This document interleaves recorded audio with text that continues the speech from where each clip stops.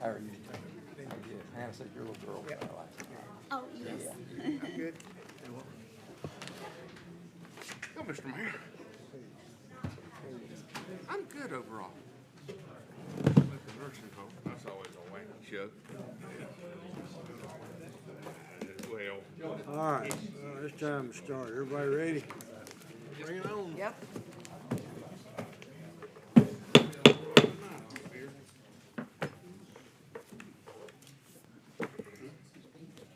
Yes. Good evening, ladies and gentlemen. Welcome to the Thursday, March 6th meeting of the Asheboro City Council.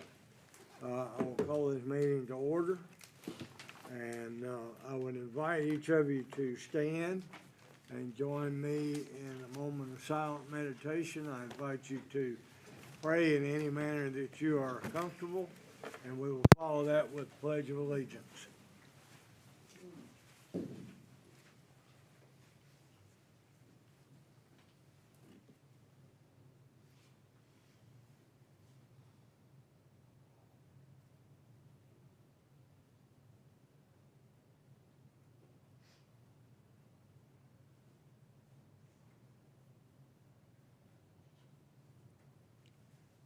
Thank you. I pledge allegiance to the flag of the United States of America and to the republic for which it stands, one nation, under God, indivisible, with liberty and justice for all.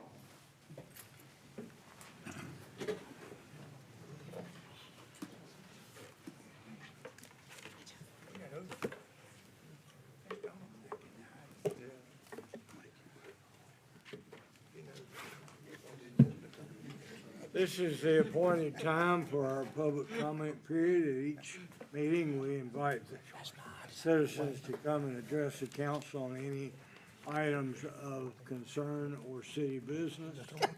We would ask that you be concise, say what you need to say, and step down, let somebody else speak. We have a really long agenda tonight.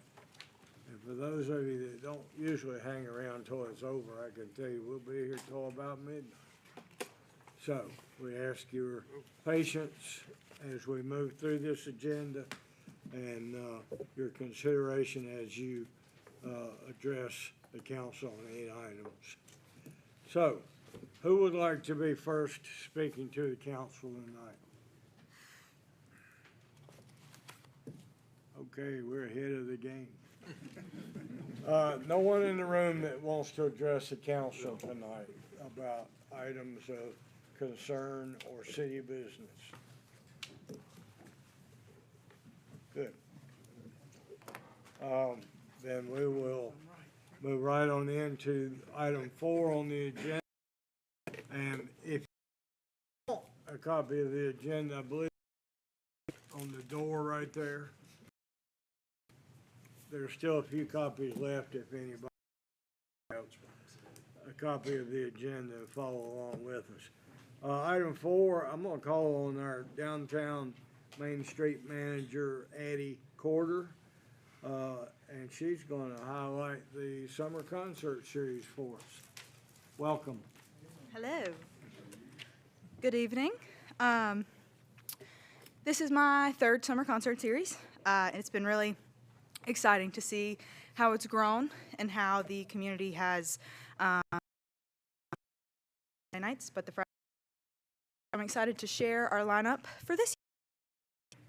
I do want to take a minute and say that it takes a village, and I'm very grateful for all the different city departments that help make it happen, like Culture and Rec and Facilities and Public Works. And I'm also very grateful for our community sponsors. We raise $90,000 to cover both the Sunday and the Friday series, and it's completely covered by community sponsorship. So very, very grateful for our community who believes in our concert series.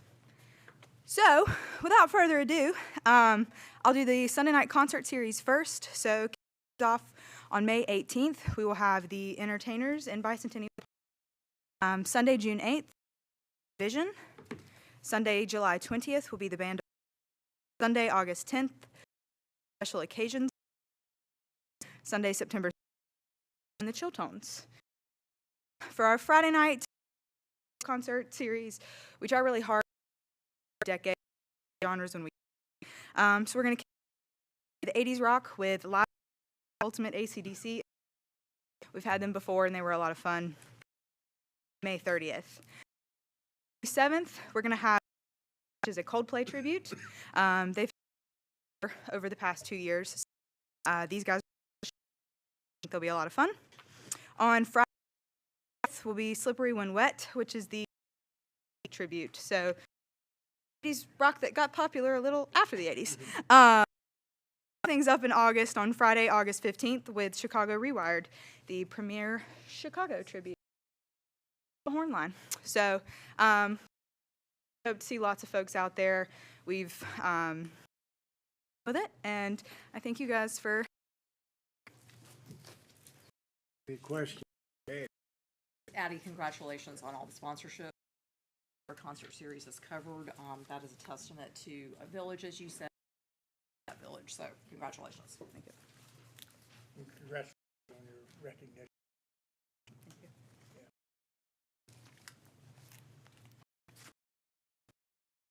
You guys. Be putting you on. Thank you. I'll call on Mr. Hunter Weisman of the firm Thompson, Price, Scott, Adams and Company, PA, and you will present our annual audit. Yes, sir. Good evening.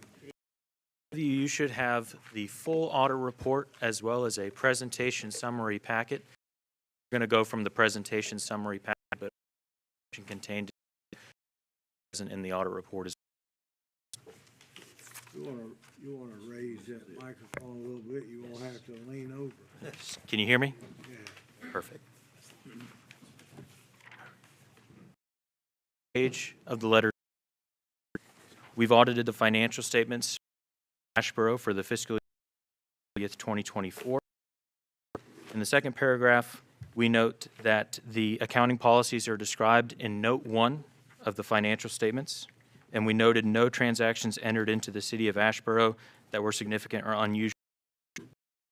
In the next paragraph, we note that an integral part prepared by management.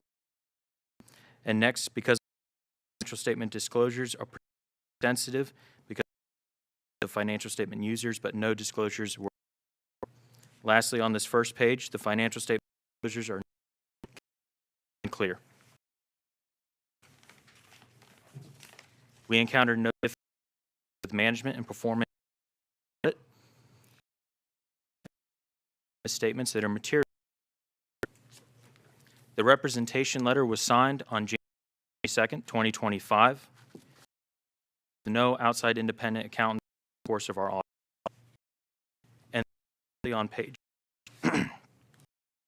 Commission will communicate to the city regarding financial performance. These were formerly called. Now they have a that them, and we notify the board. There were a few items that we noted during the completion. The financial after year end, that indicated a late that the capital asset condition and that vacancy was identified 2401, and we'll cover those in the presentation packet. On the we note that employees return system have other reports, actuaries, actuarial work, but we use their and drawing your attention to under other, there's has been number 100 absence that and they are implement. Going to page 4, breakdown over years of the financial city. Pull out information most to the board. Health. Start with the fund balance for the general fund $2 million. This was up $6 million in '23. Turn to the about expect 2023 was under 5.1. And a balance was 4. General fund expenditure transfers out, owl bill, and installment purchases was 39.9. Fund percentage of general fund expenditure 40.5%. Balance was 50, and unassigned as a percentage of general fund was 39.34. Covers a breakdown of expenditures before contributions or transfers. The general fund had revenue $3 million. Fund $212,000. City parks of $3.4 million. The ARPA fund fiscal year '24. The state capital infrastructure fund $25,000, and all others had expenditures of $1.5. Next is a breakdown of your accumulated depreciation. Your total fixed assets is 97, while your total accumulated was 60.6 million. Cash was 52 million. That general for the 1 million. Cash for the zoo sportsplex 900 for the structure, and for all other points. We've covered the fund balance for the water and sewer. Plex was 600. For the structure fund was 342,000, and for all was 1.3 million.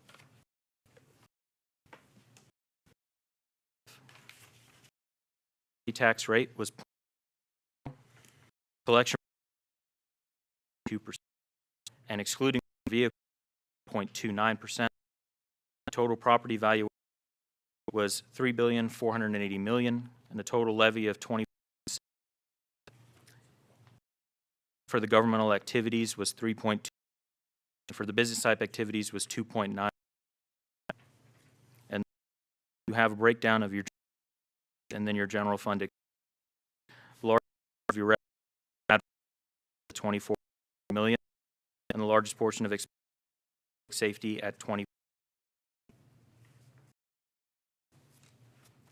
Starting on page 6, we have the graphical breakdown of the same information that's been presented on pages 4. Having it in this form helps to see the trend and how things are performing. You can see that the fund balance in 20 bit of an aberration for the city, and it popped back in 4. That occurred in 2020. And on the you can see that general fund expenditures 0.5% from the previous year.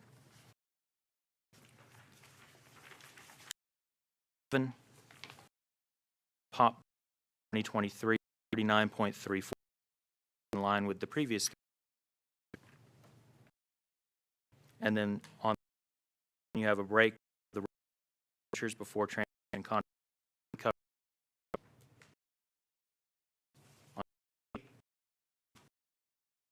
You have a cash versus depreciation for cash is that you can see your cash made up of the general, and as far as fund balance made up of the lower fund.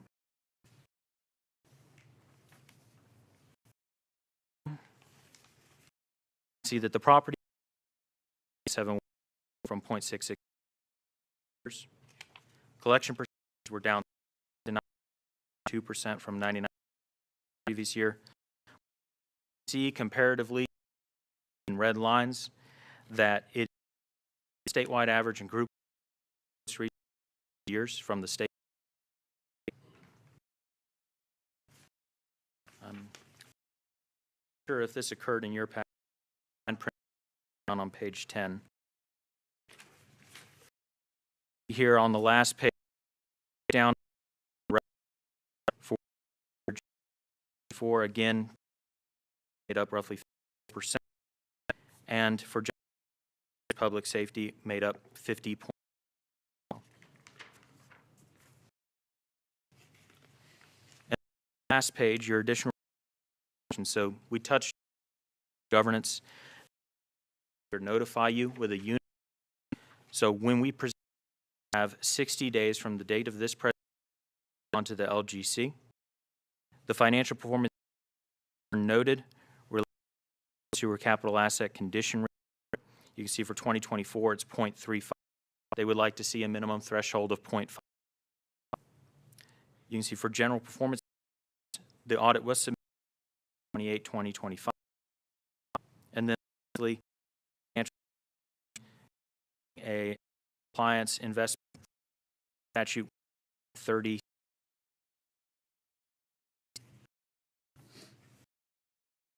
And again, the board will have 60 days from this presentation to respond.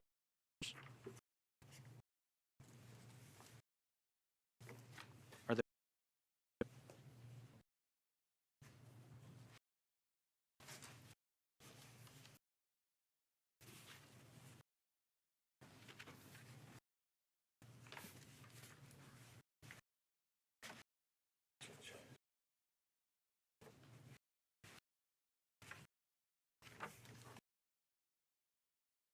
Run back. Sure. And looking at 2023, it was largely due to transfers for a capital project fund that caused it to be a little bit of separation from the other years. Have that to a good.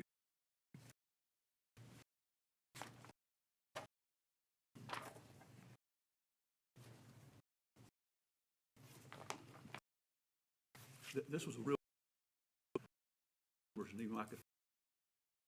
Well, thank you. Yourself a bunch.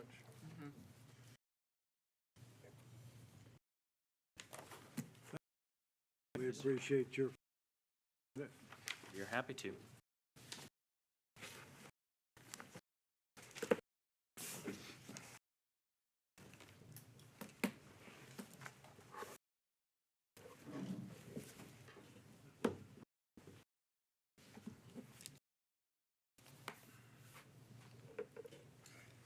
Mr. Ogburn, I believe you're up. I am around my last city council to run the last, and it's my pleasure and my mistake with the you've made to see in your service. So I want to quickly review historical financial performance of Hunter and his team. Thank Debbie and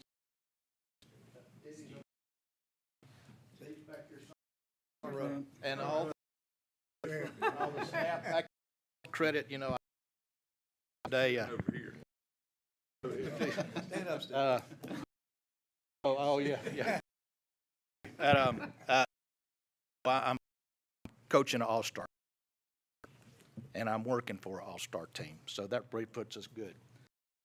Tell you where we were in 2001, 0.9 million in.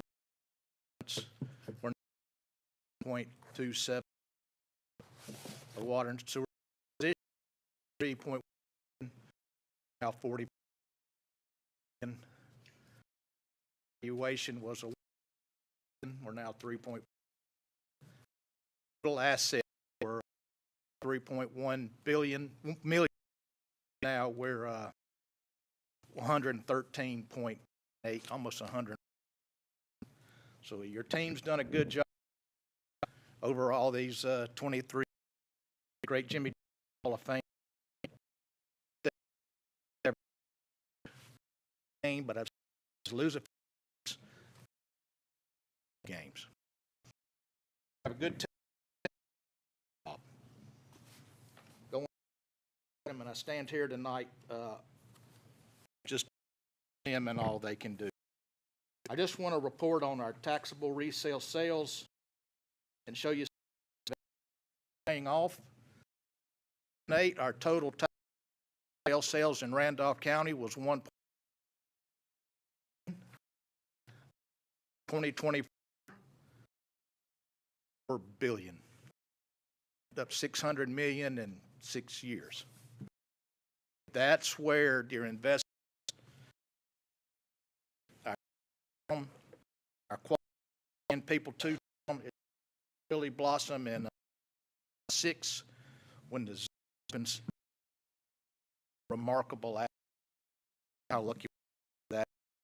So as mentioned, big number of our receipts, and keep bringing the tank, keep punching in 203, 27205, 27204 when you order. And of course, this doesn't reflect the hotel motel. That remember that tourism development last month. So strong, our revenue, your and your sales taxes. So we zigs and zags and up and downs. 2000, 9/11, 2002 recession, 2004, Asheboro was a hard. We also largest ice storm. 2007 drought. 2007 we never came for recession. Had the Great Recession. Getting gold. 2017 skids. I think the permanent, from that venture. How we seem to be going. We noticed there's a new partner in Rand. Having now looks like we may have a competition. Your stars are aligned, your future's bright, and thank you for your attention. Debbie and her team, they do a department for your rank and file. And I just want please. Any questions?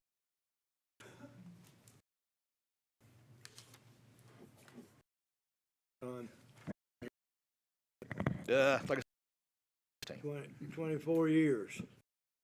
Run. I've been to served on all. It's a total that you for the total reinvestment of our when we 2010 2020 plan. Milestone, it was at least for closed plan 100. Now 20. One day. And to have reinvent ourselves, textiles and furniture, and small business, creativity, sleepless nights, and I thank you so much for putting those in. Thank you. Remind you, there are 900.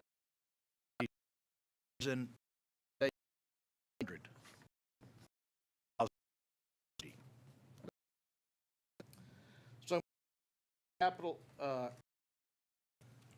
This is here. Duncan, our new city manager, that the most part of any job description is the last words. All other tasks as may be or signed. I'm gonna do a little traffic cop.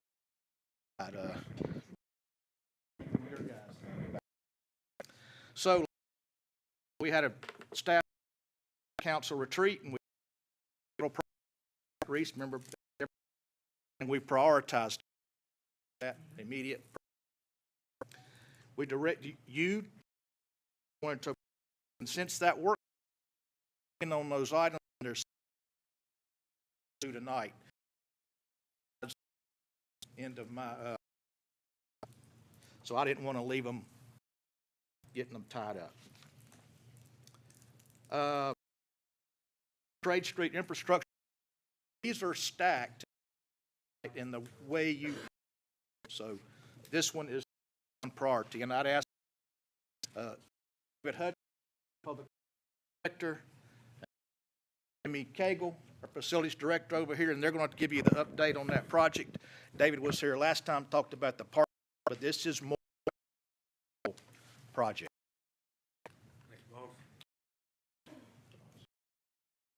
It's been accomplished here. We both can store here.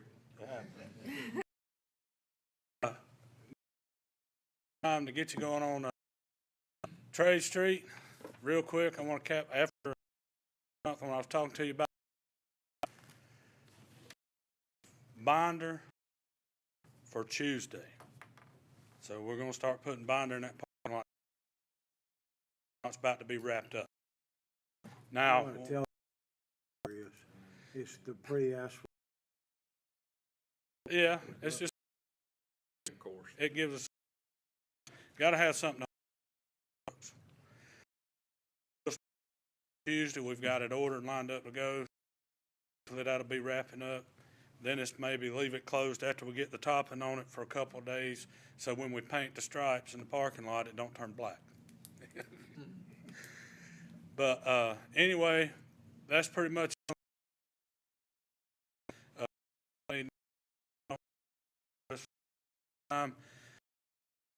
We are the set from the Wooten Company. Should be. So that's getting real close. Project 10, and there's several. I know Jimmy's a big part of it. People that work with me, part of it. We meet regularly. Just there's issues that come up like the con. Somebody almost hit the other that we got put in about like that's and complete. There's a couple of things coming up, and a lot of it comes in because he knows Duke Power better than I, electricity better than I. But you know, we've had a couple of with the property owners. Leave me, aren't you?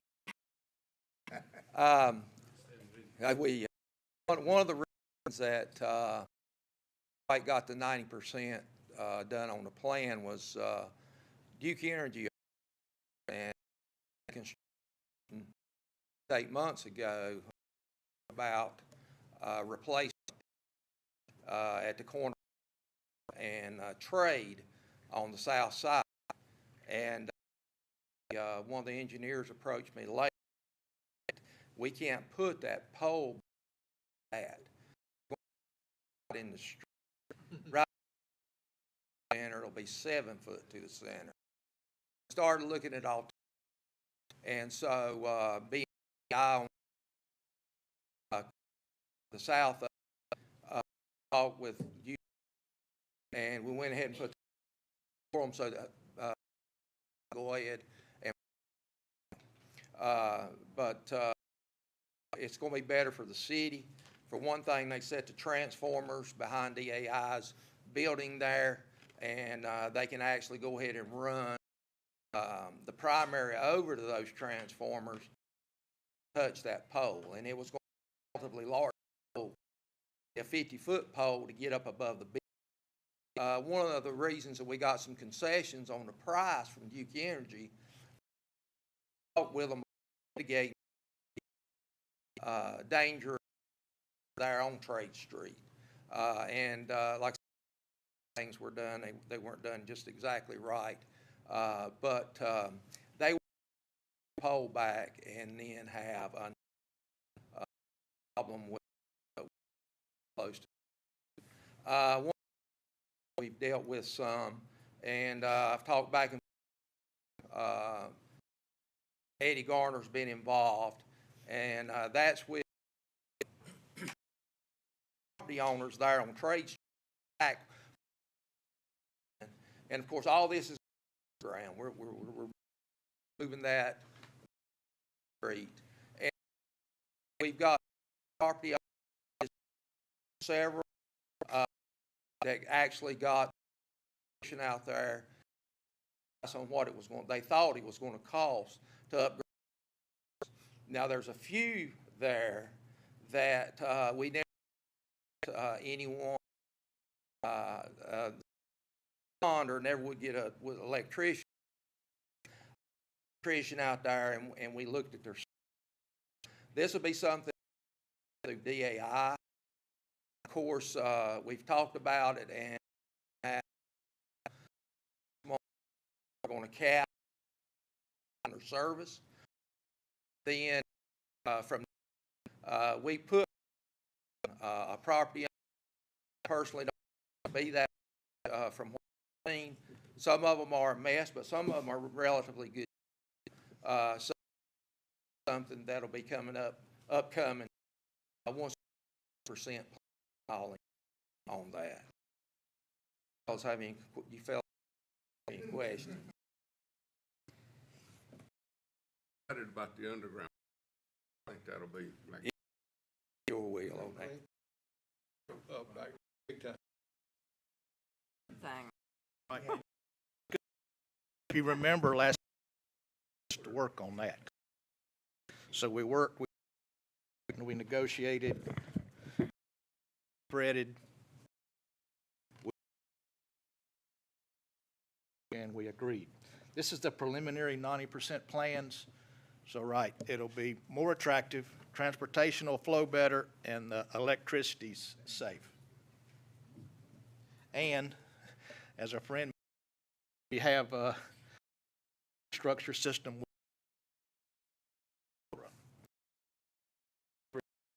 Carolina has aging infrastructure. Holly Springs or somebody that's brand new. All right, so that was your number one priority. That was number one. That was immediate. Now I have up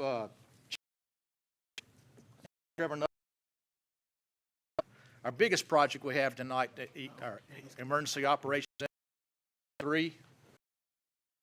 Chief, come up. Chief Carr on that. We did 8A2, which Ms. Reeves was going to speak on real briefly. I'm sorry, Mayor, like you, I jumped on. Oh, I don't ever do.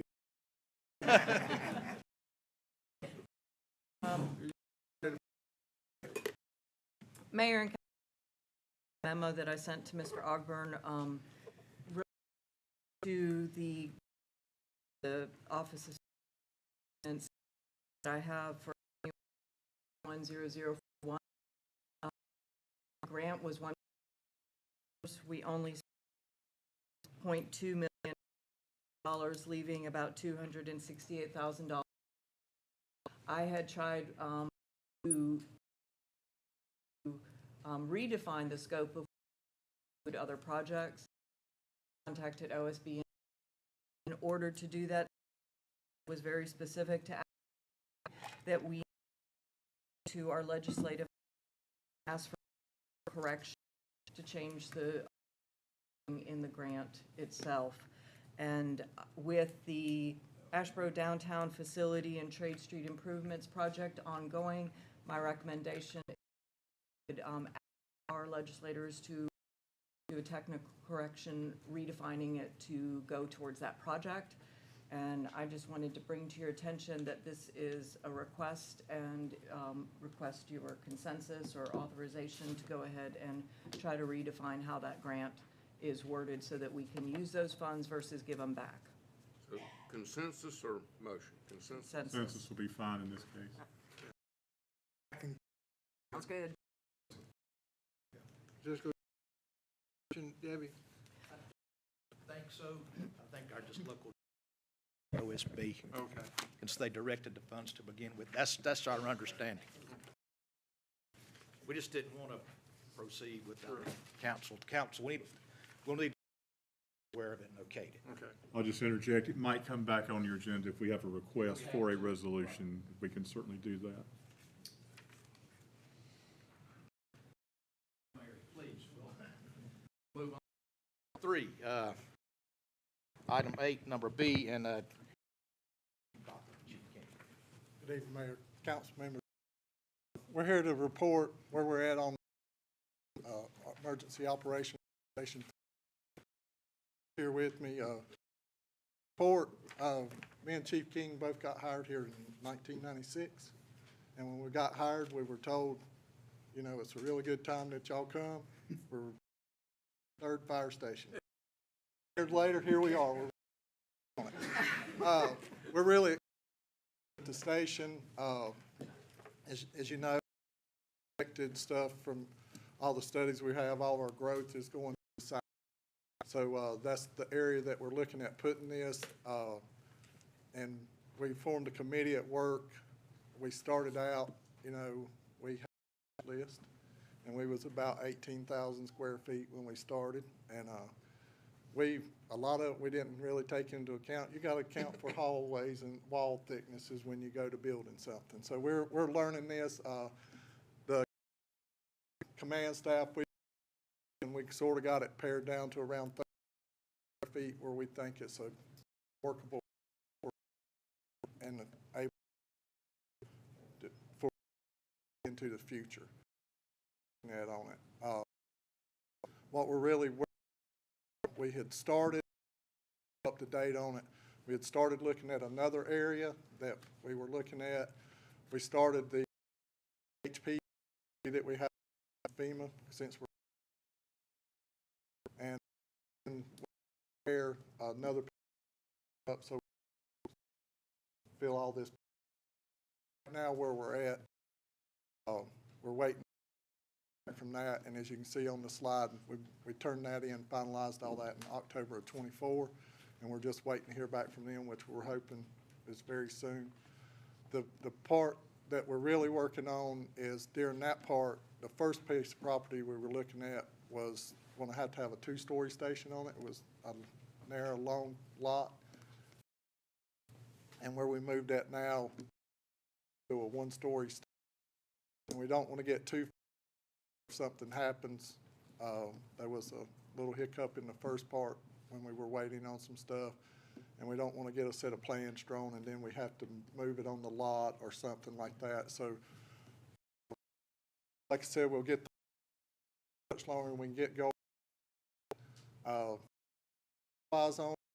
We have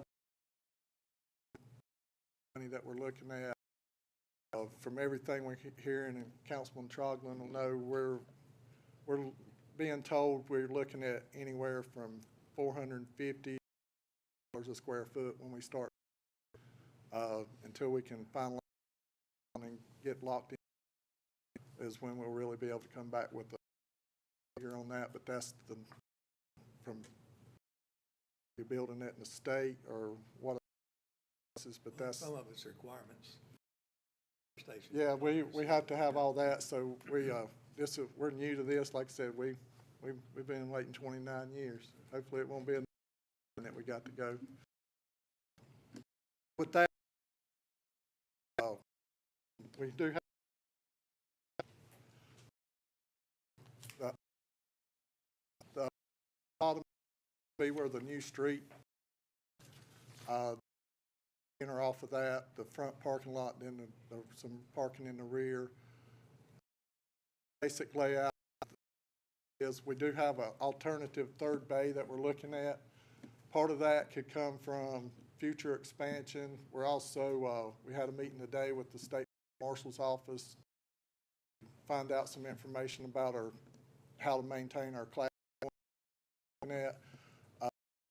This station could be to the zoo. So we may have this third bay if we have a piece of apparatus.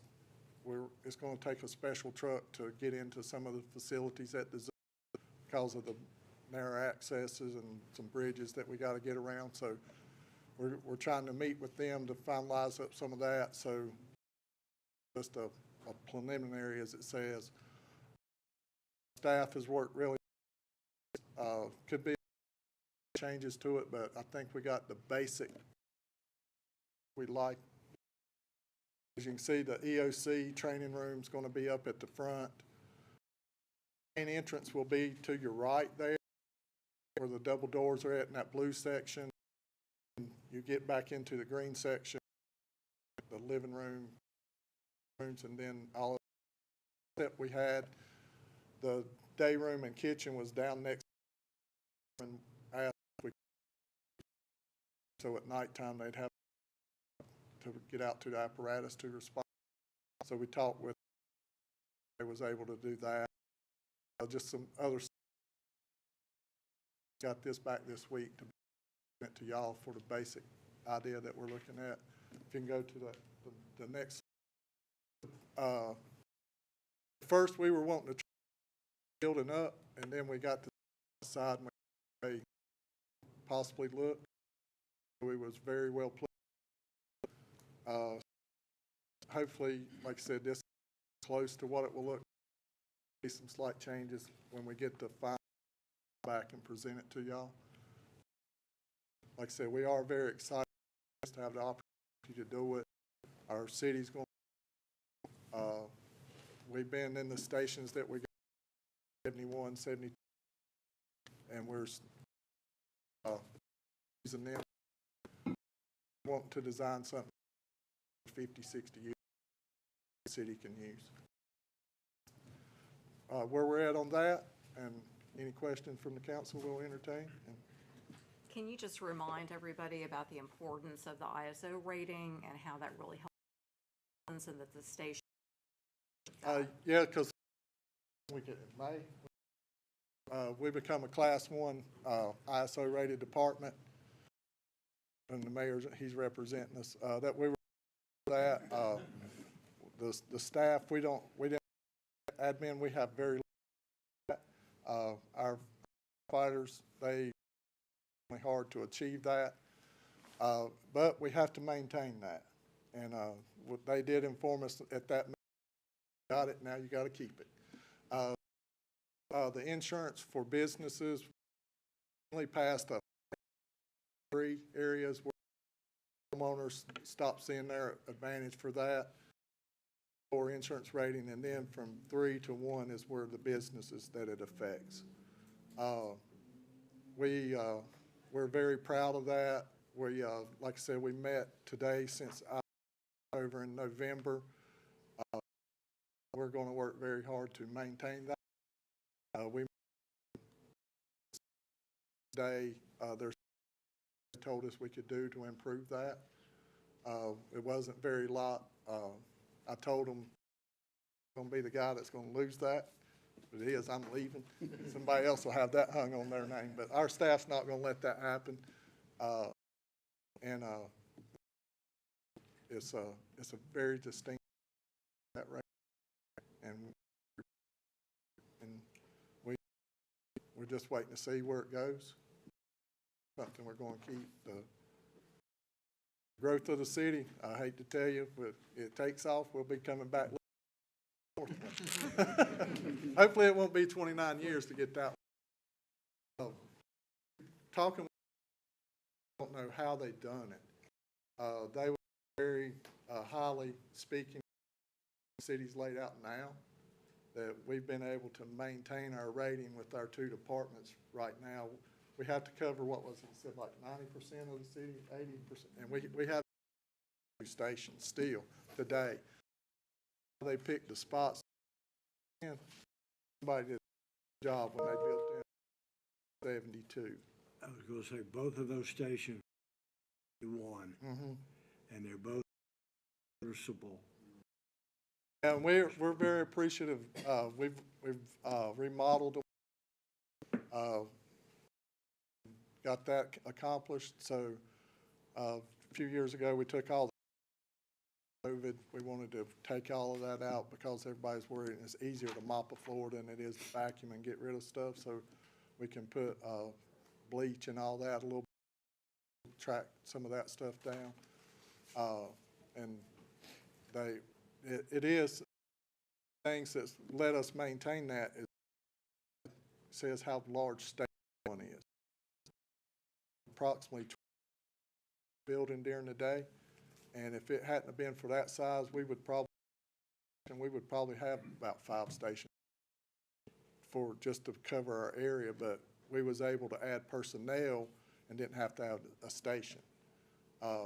We're busting at the seams with people.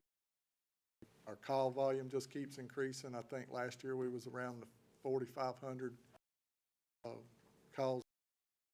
I know usually here.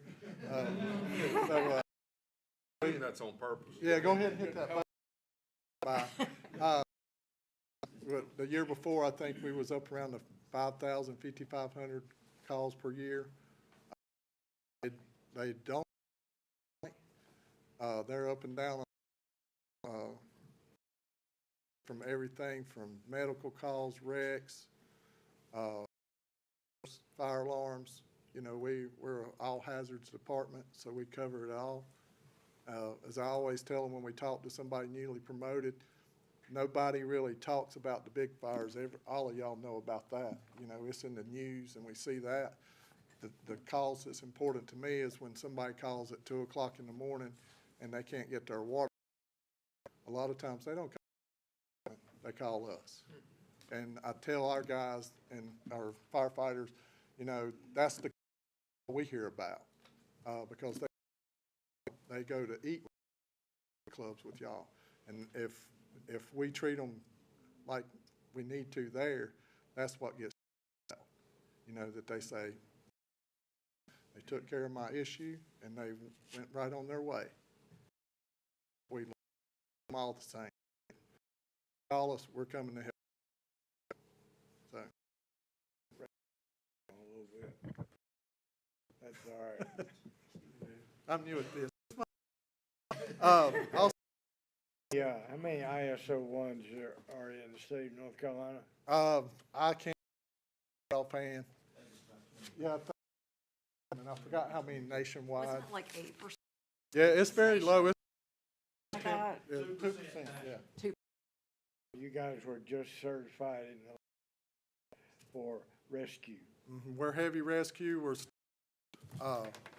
We won't talk budget now, but there'll be budget that will go along with stuff. We have just gotten heavy rescue certified. We're high angle certified. We catch a lot. They work very hard on applications. I forgot what they put in for that rescue. It's Work. a lot of hard. Persons in the room to realize we were Asheboro Fire Department forever and ever and ever. And then your guys worked hard to get the rescue certification.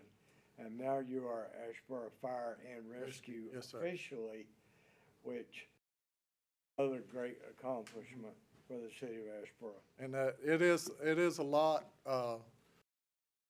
Not saying there is we have members. They have been requesting where Mr. Duncan's from. You know, when we had the hurricane and the flooding, we've had people going and doing water rescue. They asked for getting some boats. I'm like, y'all, we're going to do this in steps. You know, but they've gone on their own. Is Fayetteville that they go to for that? Fayetteville's got a big indoor rescue facility. Already that because they know we've had, but they're forward thinking, looking that this is where we'll end up going if we get all of those certifications. The thing we was talking about today is our training that we have to maintain that every year, so we have to recertify in that, and it is training every day at the department. So it's not just, my daughter even picks on me. She's like, all y'all do is sit around. I'm like, kid, so you like a little babysitter. But she don't like that, and I wouldn't have her job for nothing in the world.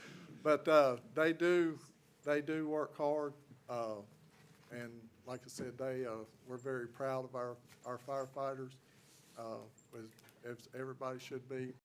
We're extremely proud of the time that they put in.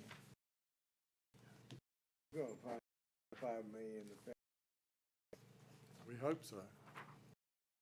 Washington, Mayor. Y'all got something y'all ain't told us about? Y'all have any questions? What was it was saying? We do balance. Yeah, we do. just want to follow what the chief said. Not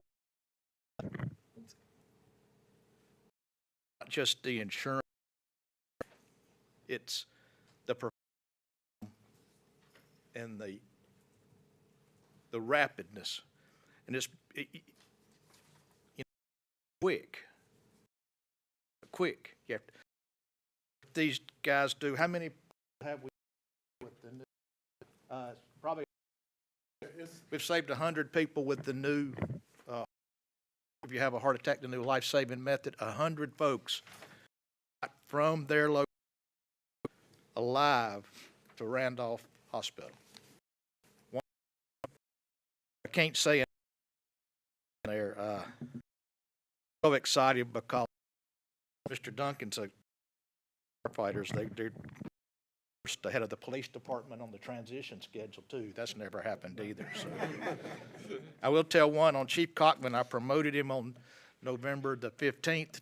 When Chief left, and something happened on Friday the 16th, and I got to call the chief, and he called his own number.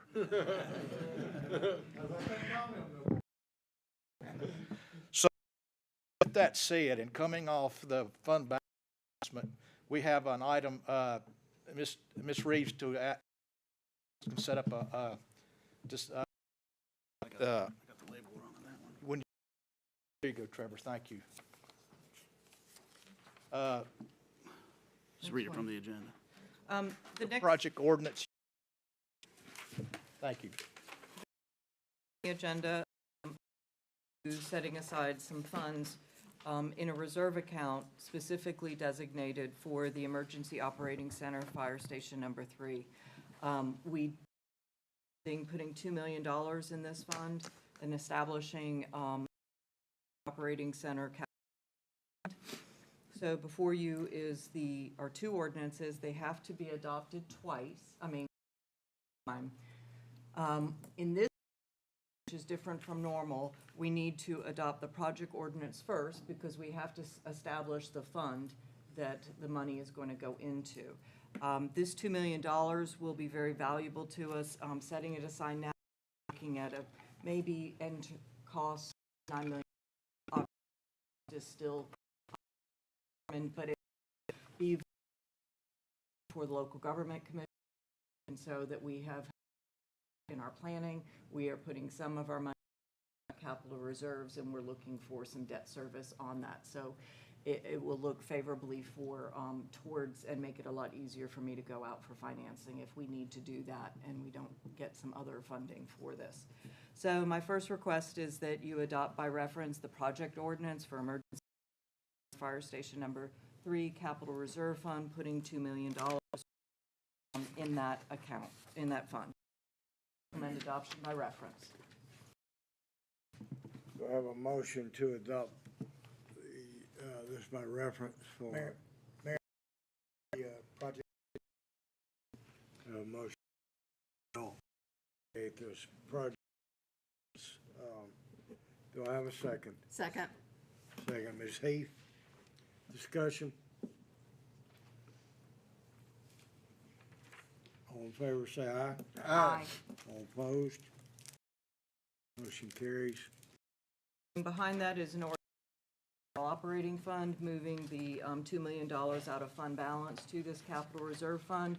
We did run the calculation on fund balance as a percentage of, and based on numbers and our year-to-date expenses, and this transfer is not going to negatively impact our number. I think it goes from 40.25 9 something or 39.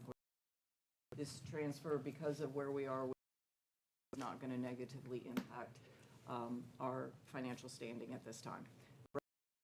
On the general fund, moving, I recommend adoption by reference. We have another ordinance for adoption by reference. Do I have a motion? Mayor, I'll make that we to amend the fund construction of the emergency center and fire station number 3. Do I have a second? Second. Mr. Burks? Sure. He give you this one. Have a motion and a second to create to fund the ordinance. Any discussion?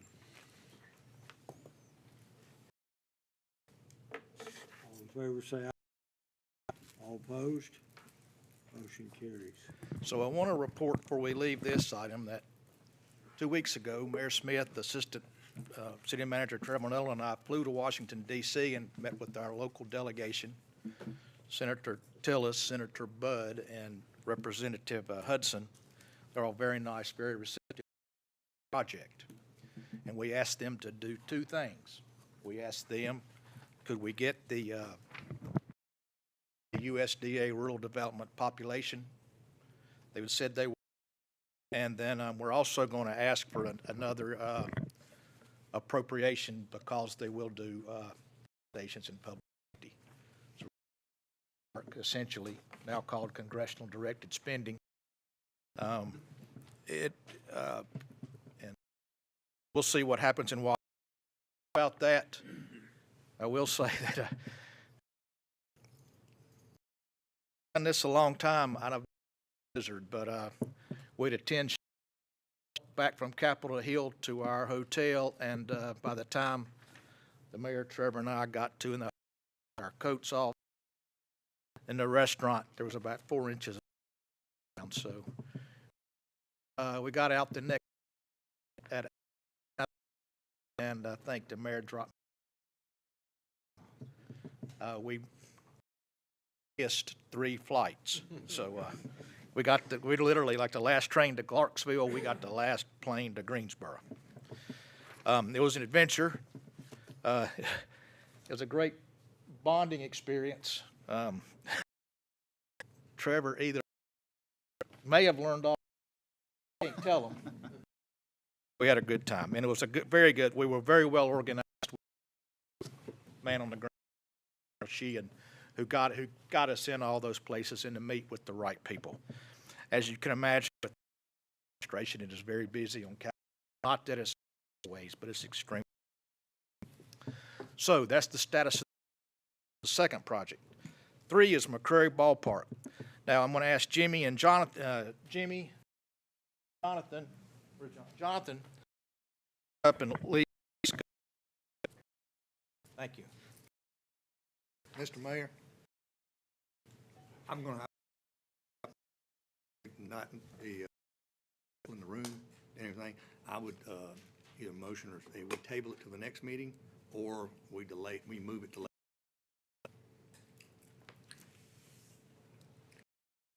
I would move it to because finish that project, putting it off another, puts us in the middle of the season.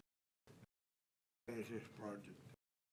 Put it on. Well, the items are not, will not be, the items are looking at will have an effect on. I'm sorry, I couldn't hear you. I said it won't be an effect on because what we're looking at is down the road quite a bit. We missed 2 or 3. I'm trying to get the thing finished. Another month difference, but I would prefer that we'd go ahead later in the evening. That's respect to everybody here. I didn't want to take an inordinate amount of time of their time. Citizens sit here all like this. You need a motion for that? Sir. Oh, do you need a motion? Should I? Yes, sir. The motion technically to suspend the rules and move, if you want to move it to the end of the meeting, to move this item to the end of the meeting. Yeah. All right. To suspend the rules and to move this item for discussion the end of the agenda. So moved. Motion by Mr. Trog. Do I have a second? I second. Mr. Swears is the second. Discussion. All in favor? Aye. All right. Motion to move this to the back of the agenda is approved, and we will move on through the agenda with everything else, and then we will come to that. That's going to come up later tonight. Mayor, thank the council for that. Item D, Mayor, is the Gerald Center Garden, and Mr. Nuttall's going to speak on that, and we have some items to report on that, too. Thank you, John. Just a quick update on where we are with development of the Gerald Garden. You will see on the agenda that the staff is ready will take action and engagement. Insight Planning and Development, which is a firm that does a lot of community development block services to get their assistance, reassigning the $1,000 in pandemic CDBG funds that are remaining. Talking with the firm since you all authorized the proposals, and after several, we have a path forward, area approvals from the Department of Commerce, how part hearing that these funds because of requirements has when you're trying to amend,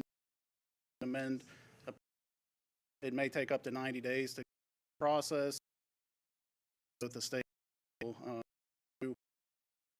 We have to get this, and our was on a different discussion, but the and what we believe is firm in that okay from that group.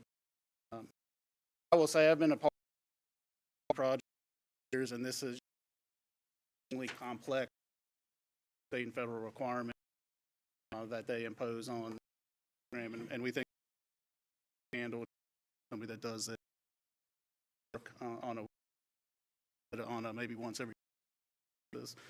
If this is $60,000 local funds to access $540,000 in federal funds, which thus far remain unaffected efforts at the federal level.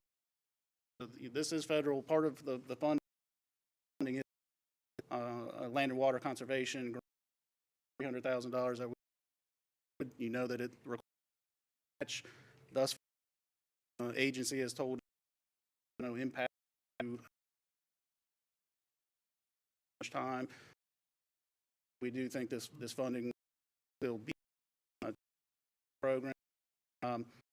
Proposed package A and a phase B being with us to get through process and get to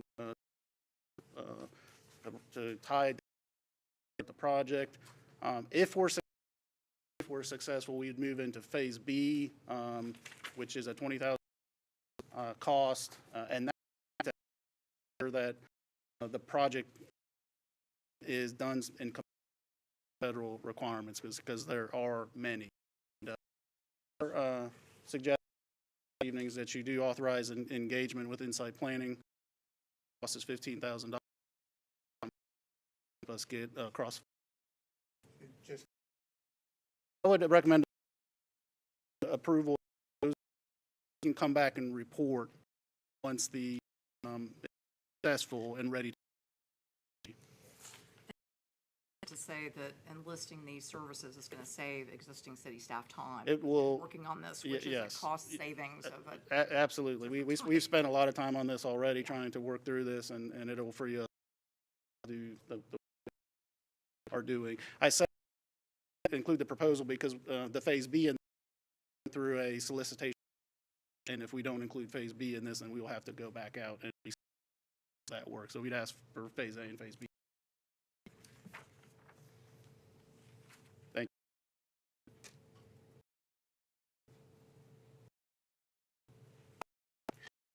Anything else?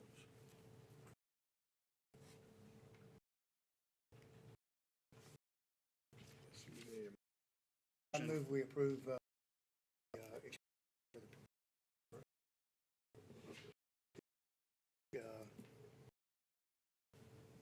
implementing.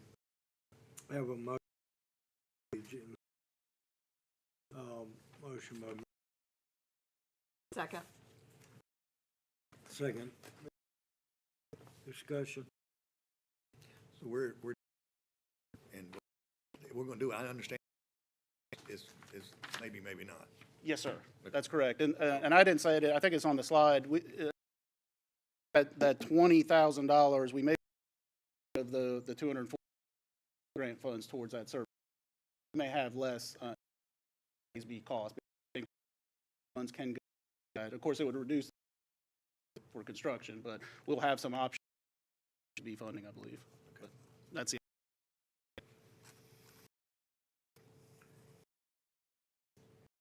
Any other question? All in favor?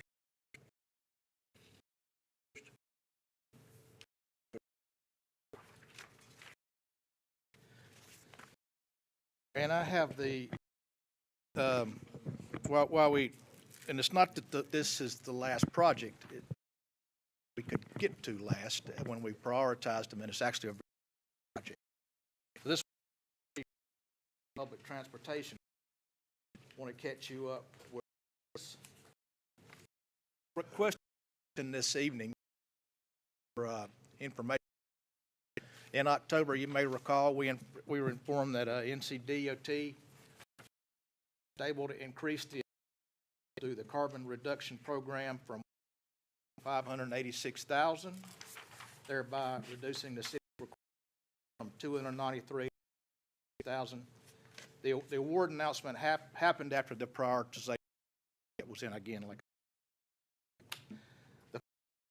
an application to the launch of the proposed Zoo City deviated fixed route to be operated in partnership with our friends across the street, Randolph Adults Association, Randolph Coordinated Transportation System. Used for purchase 4 electric light train vehicles and could also cover expenses related to upgrading power necessity for charging infrastructure. Directed us to pursue the necessary agreements for the funding and be prepared, but we have not received the document. We believe, and we have heard that in the news, and we've heard that on Capitol, we've had uncertainty related and additional report at this time. That being said, I have volunteered to serve when I my tour as city manager on the Senior Adults Board, committed to this project, be selected, even if I wasn't by my president, and Greg and I are committed from the other side of the we can't push for this. So my not quite up yet.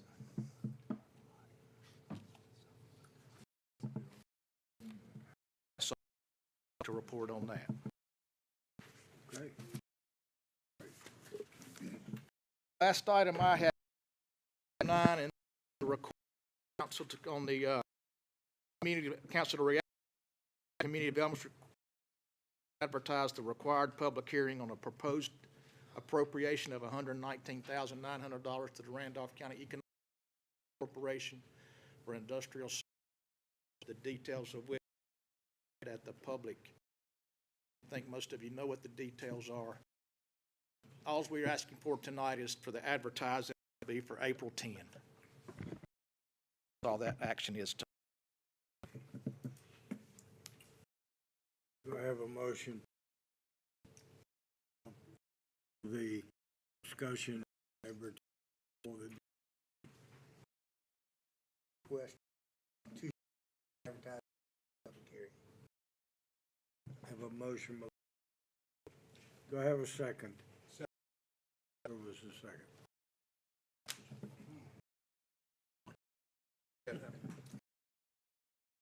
Second. Here's discussion. This is just strictly to advertise. It doesn't commit you, just have. Favor say aye. Opposed? Motion Here, the That's correct, April 10. Yes, and that, with this action, you directed Jeff the public notice and all that. I'd like to take executive privilege now, Mayor, to tell you again what it's an honor to serve with you. I'd like to ask my wife, Martha, to come up here. She looks excited. I was sure she was gonna. She's part of the team. I just want to, on the record, is knowing that Martha's been my rocker through me, and if all the time, a luckier man, I've never met him, or I don't know him. Married to Martha and to serve council and to serve, and before that, the citizens of Archdale. I'm quite lucky. I just wanted to thank Martha. In 1960, Kennedy took Paris. His was a fashion, and the crowd and Kennedy was standing over when he spoke and honor Mrs. Kennedy. I am to have brought Mrs. Council meeting to me. I just want to say on behalf of myself and the girls, for the past 24 years, it's been and all that and all the so much for loving our family. We have, so luck on the other side.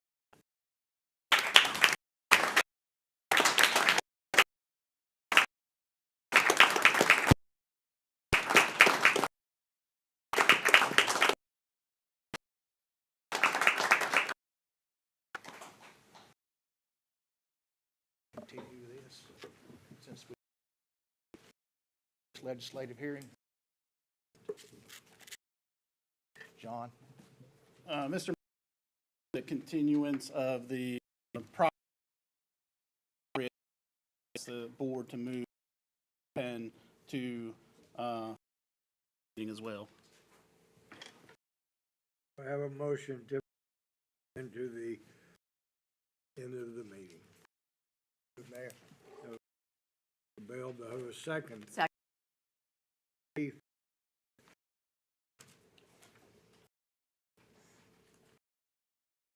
Aye. All opposed? Motion.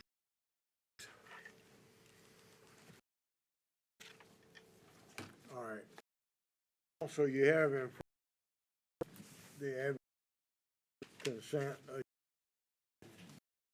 Is there any in the consent agenda to remove for information?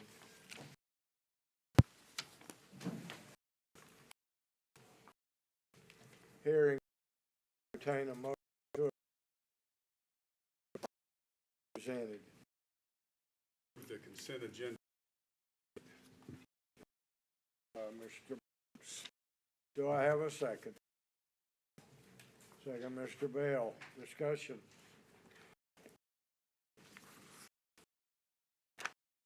Favor of agenda? Aye. Aye. All like sign? Motion. Agenda is approved. All right. Beat me to it. You ready to? Sir. Thank you. Hey.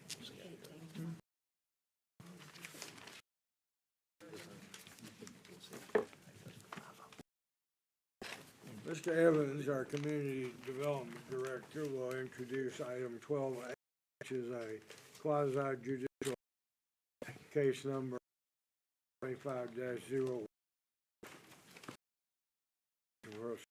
Use permit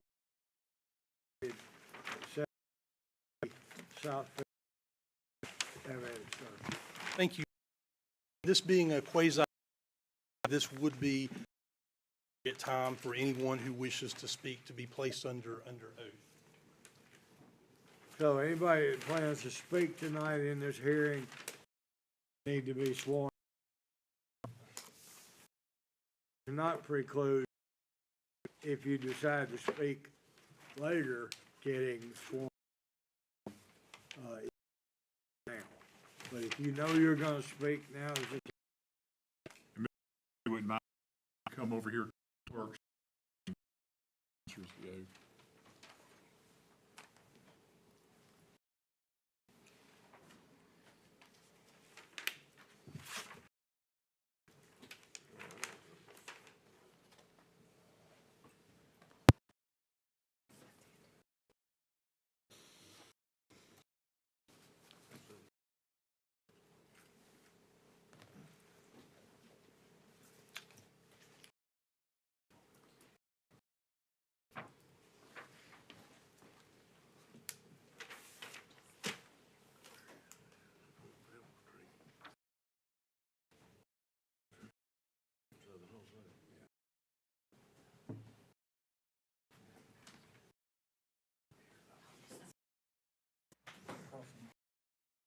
Raise your right hand. Evidence you shall give this council shall be the truth, the whole truth. I do.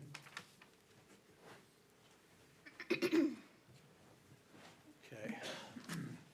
So this involves and located at 7 South Fayetteville Street. There is one parcel number.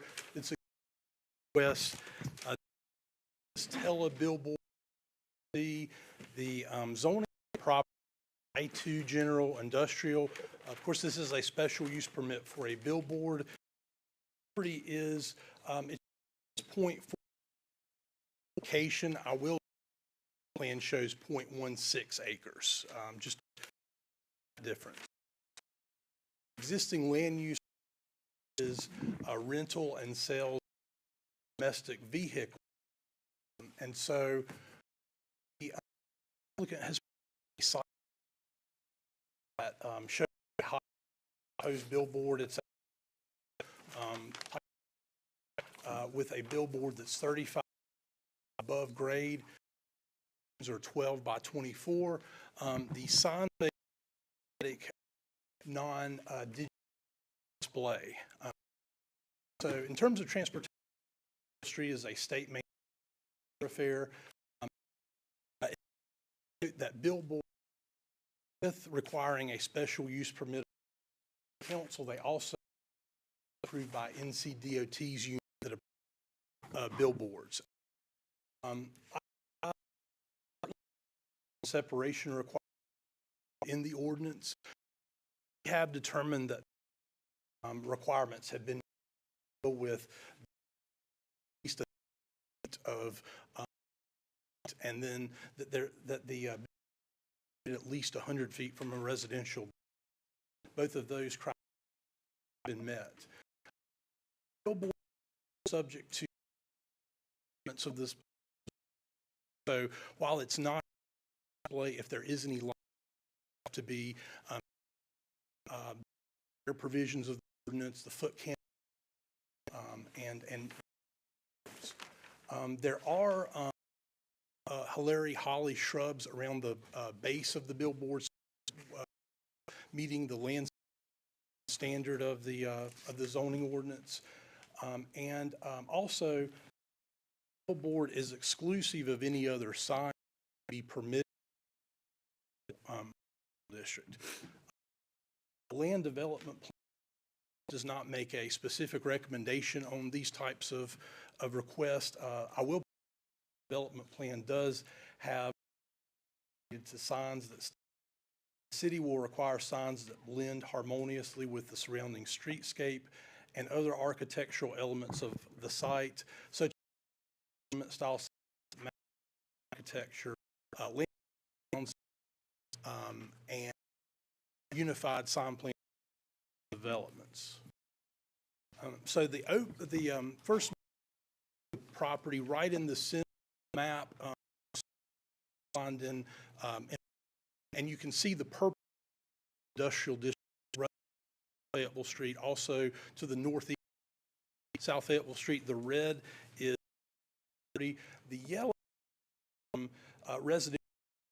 I will that if you see the western side of the yellow parcel, of course, it's that large residential parcel. So really the closest residential property side of South Fayetteville Street, behind the commercial area. The rezoning, the subject property is parcel A, have the surrounding properties that were properly notified, did send to these properties. There's also a signed property, this case propertized. So in terms for this property, the property is fairly level, and there are city utilities that are adjacent site on South Fayetteville Street. So the aerial map shows you some of these surrounding land uses with the commercial properties in this section of South Fayetteville Street. Shows you a little bit view with the sales lot that exists on the property. This is a photo looking directly into the property from US 220 Business South or South Fayetteville Street. You see about where the billboard would be located, roughly in line with the front of that building that's on the left. And then this shows you another view looking into the subject property. This is if you're looking north on 220 Business South, you see the surrounding commercial and industrial area here from this standpoint, and then also some commercial and industrial uses as you are looking south. So the site plan, again, it's fairly simple. It just billboard is located and the landscaping of the billboard, the thing that's to the south that sits. In terms of the as mentioned, it is a 35-foot high structure with one monopole that's located on this. It's kind of a cantilever type structure. So in terms of the billboard requirements, they are there in your packets. I won't go through and read those unless there's questions, but they are there for the council's reference.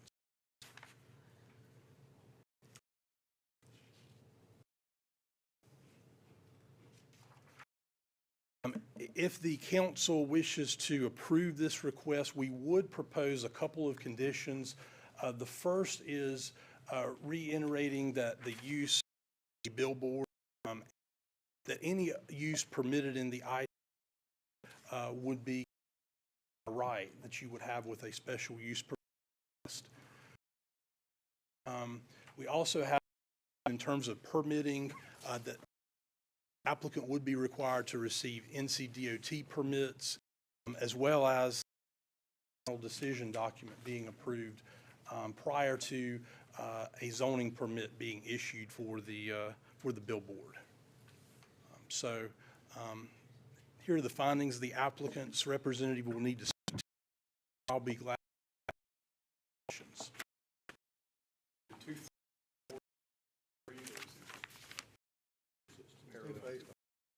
It would be two. Okay.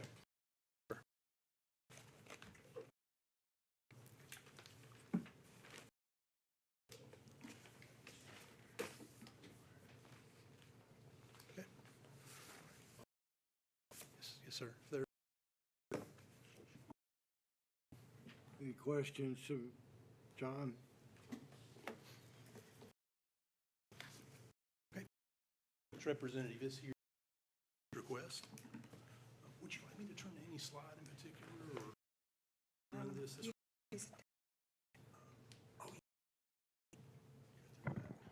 Thank you so much. Not that good. Thank you, Mr. Evans. My name is Hughes.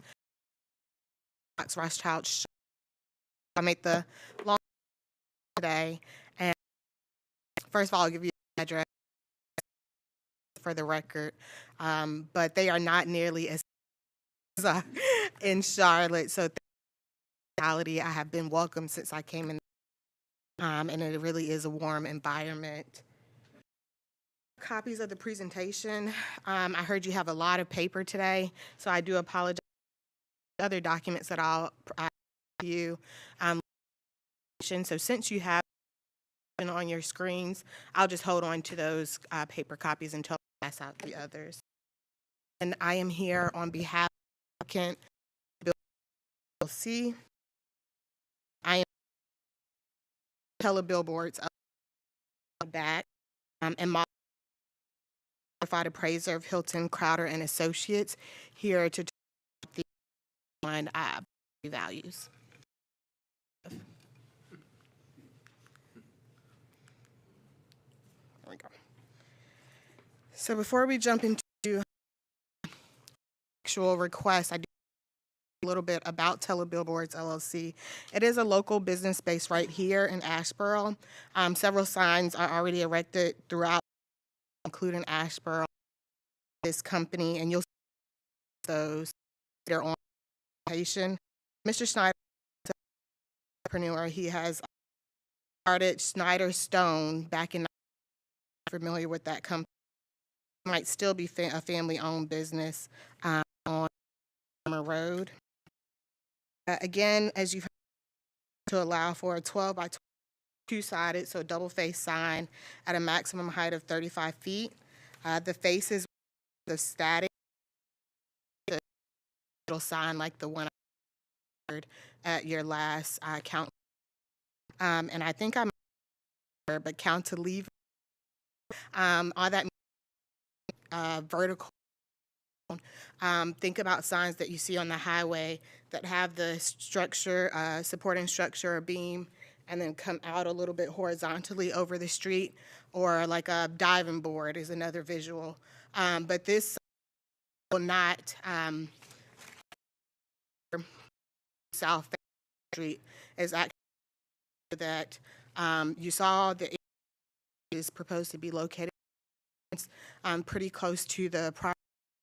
So the subject site, the adjacent.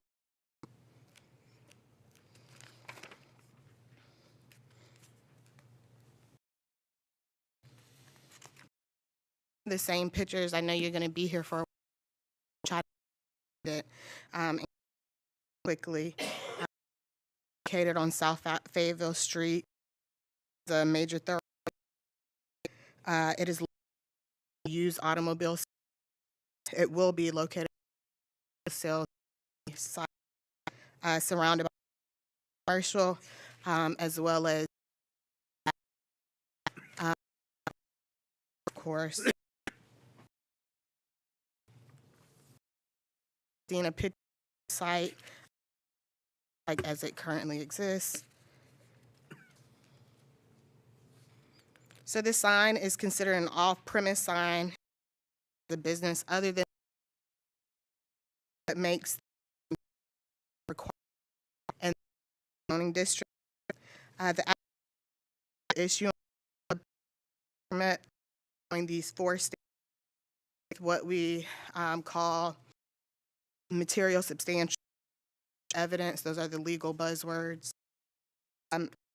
Third, it goes into details about how the proposed sign meets these standards, and then I'll give you a summary of what is in that justification.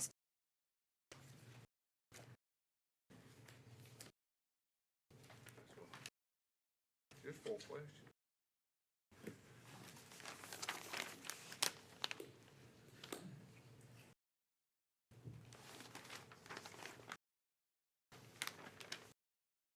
So if you don't mind, I'm gonna maybe, and then maybe you can just pass along the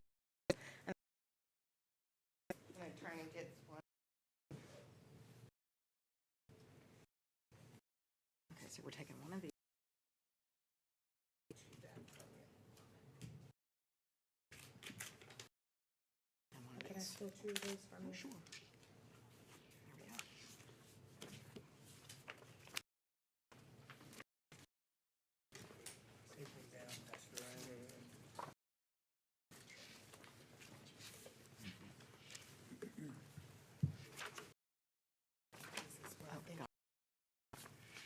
One more. Thank you so much for your help and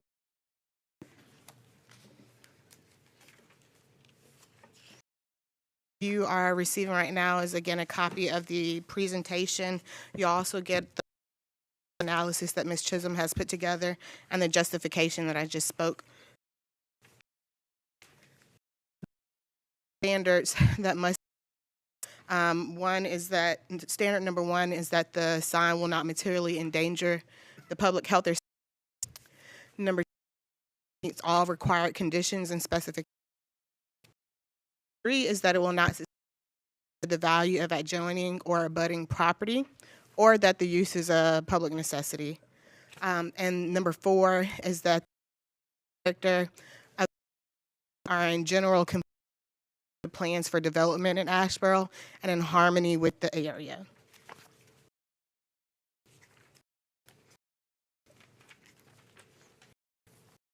This plat earlier, area of the proposed in yellow.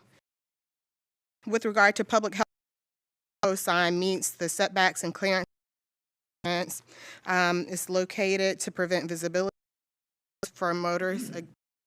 Will not reach over and kind of hang over the street, but sign remain property is designed away from that at J.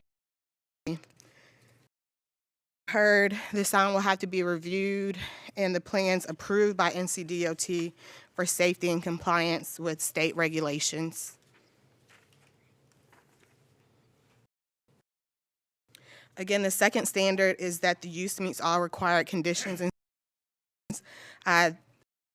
plans were also submitted. I am not going to try to walk you through and pretend that I know.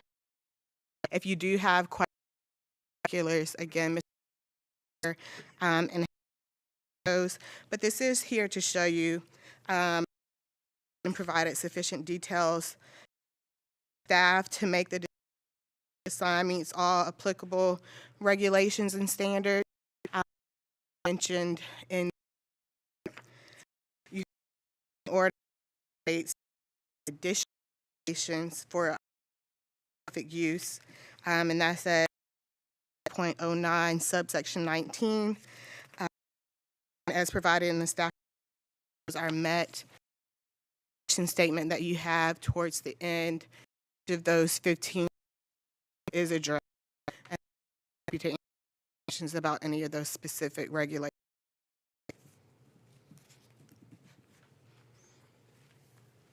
These are the examples of telebillboards that I mentioned earlier. Coincidentally, they're in local Asheboro business. So to the left, this is comparable size. This one is about 10 by 20 that you've seen, and for you today is going to be, or proposed to be, 12 by 24. It uses the same type of vinyl proposed for tonight. And then to the right, this is a larger sign. It cuts off the faces of the Gallimore team, so no slight to you, HR. Because the focus here is support beam. Sign will be the same brown color and material to help blend in with the area and out.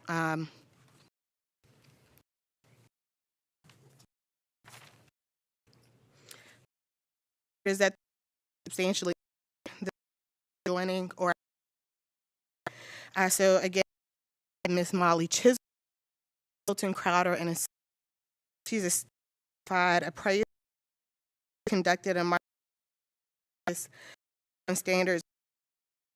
standards board.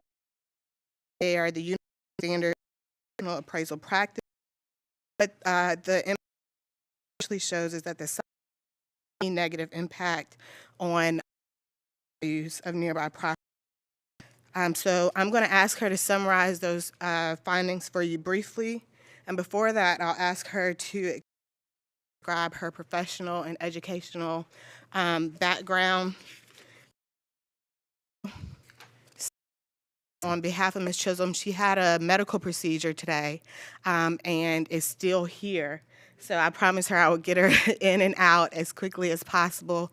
Of course, she is available to answer any questions that you all have, but I am going to ask her again to come up, talk about your professional and educational background, and then we'll take a pause. I will ask that the board and Mayor Smith tender her as an expert based on that, and then we'll talk about the market impact analysis, if that sounds okay. Hello, my name is Molly Chisholm. I'm a North Carolina State Certified Residential Appraiser. I have over 30 years of experience working the entire time with Hilton Crowder and Associates. I went to Carolina, graduated and became an appraiser in 1992. So now, did you want me to go ahead and go into the report?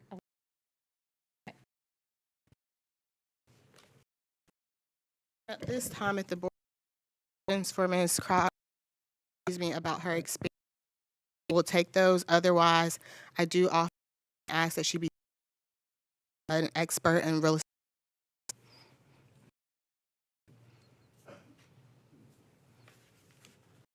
You can stipulate that. Thank you. So the report that I have provided for this case is not an rather a impact factors on property values of in proximity to similar external factors like a billboard. The first two comparable sales are properties that are located within a quarter to a half mile of a billboard, and the second two properties sold in proximity to a water tower and a McDonald's directly across the street. And to determine if there's any impact, compare those properties that have sold similar marketing that are not located close to the external factor and falls out. And from that, I determined this is certainly a major commercial area. To me, it would be in harmony with that thoroughfare, and is my study and observation site that it would have negative values of those properties. Question? Sorry. No question. Sure.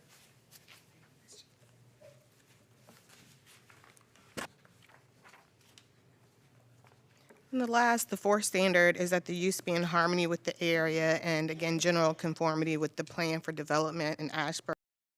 Proposed sign on South is a commercial corridor where signage is pretty standard. Remember that this special is required because the premise sign advertising for something other than site. However, South Fayetteville Street does have a variety of signage. A little bit is located to the south of signage. This is right across the street. And then this is the further north of Fayetteville Street.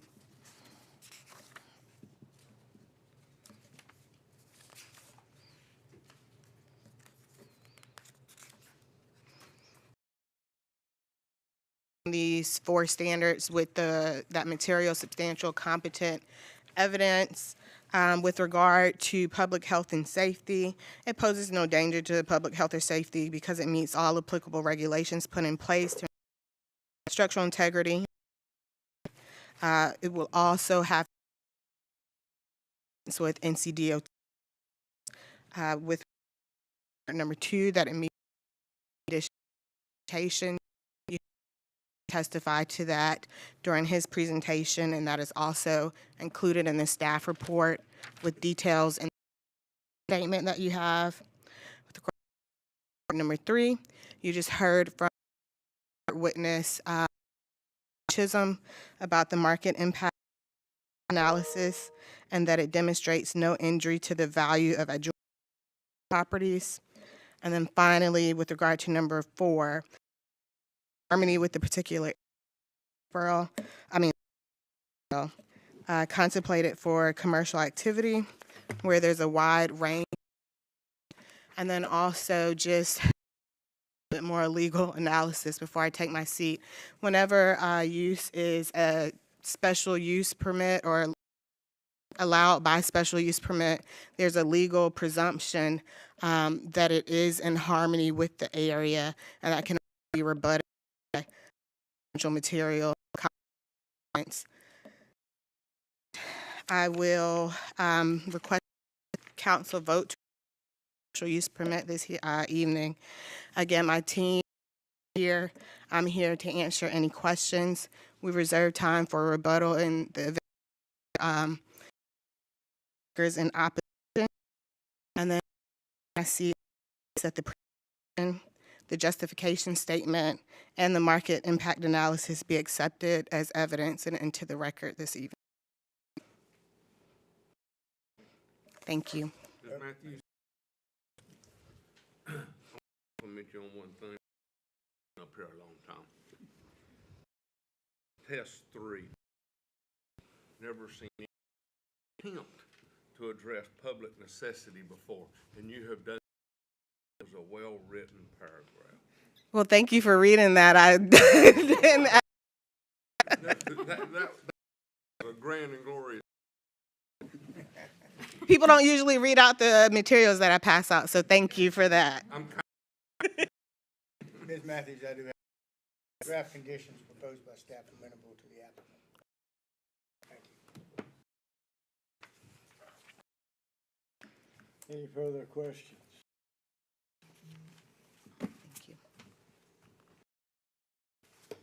Council, what are your wishes? Wait a minute. Is there anyone that would like, any room that would like to speak to this request? Either for or against?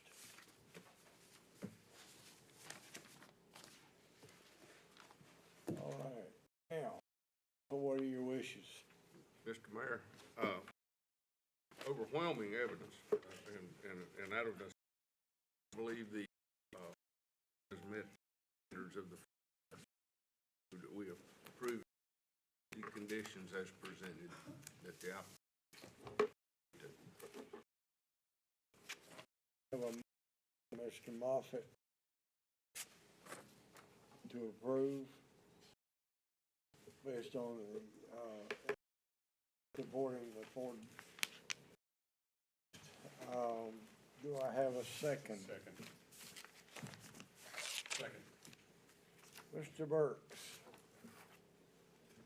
Discussion.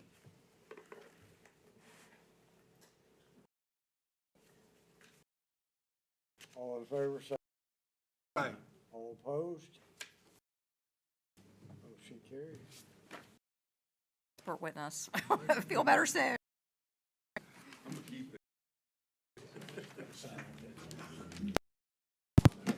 Ms. Matthews, do me a big favor. Thank you. I don't. Thank you very much. Thank you. All right.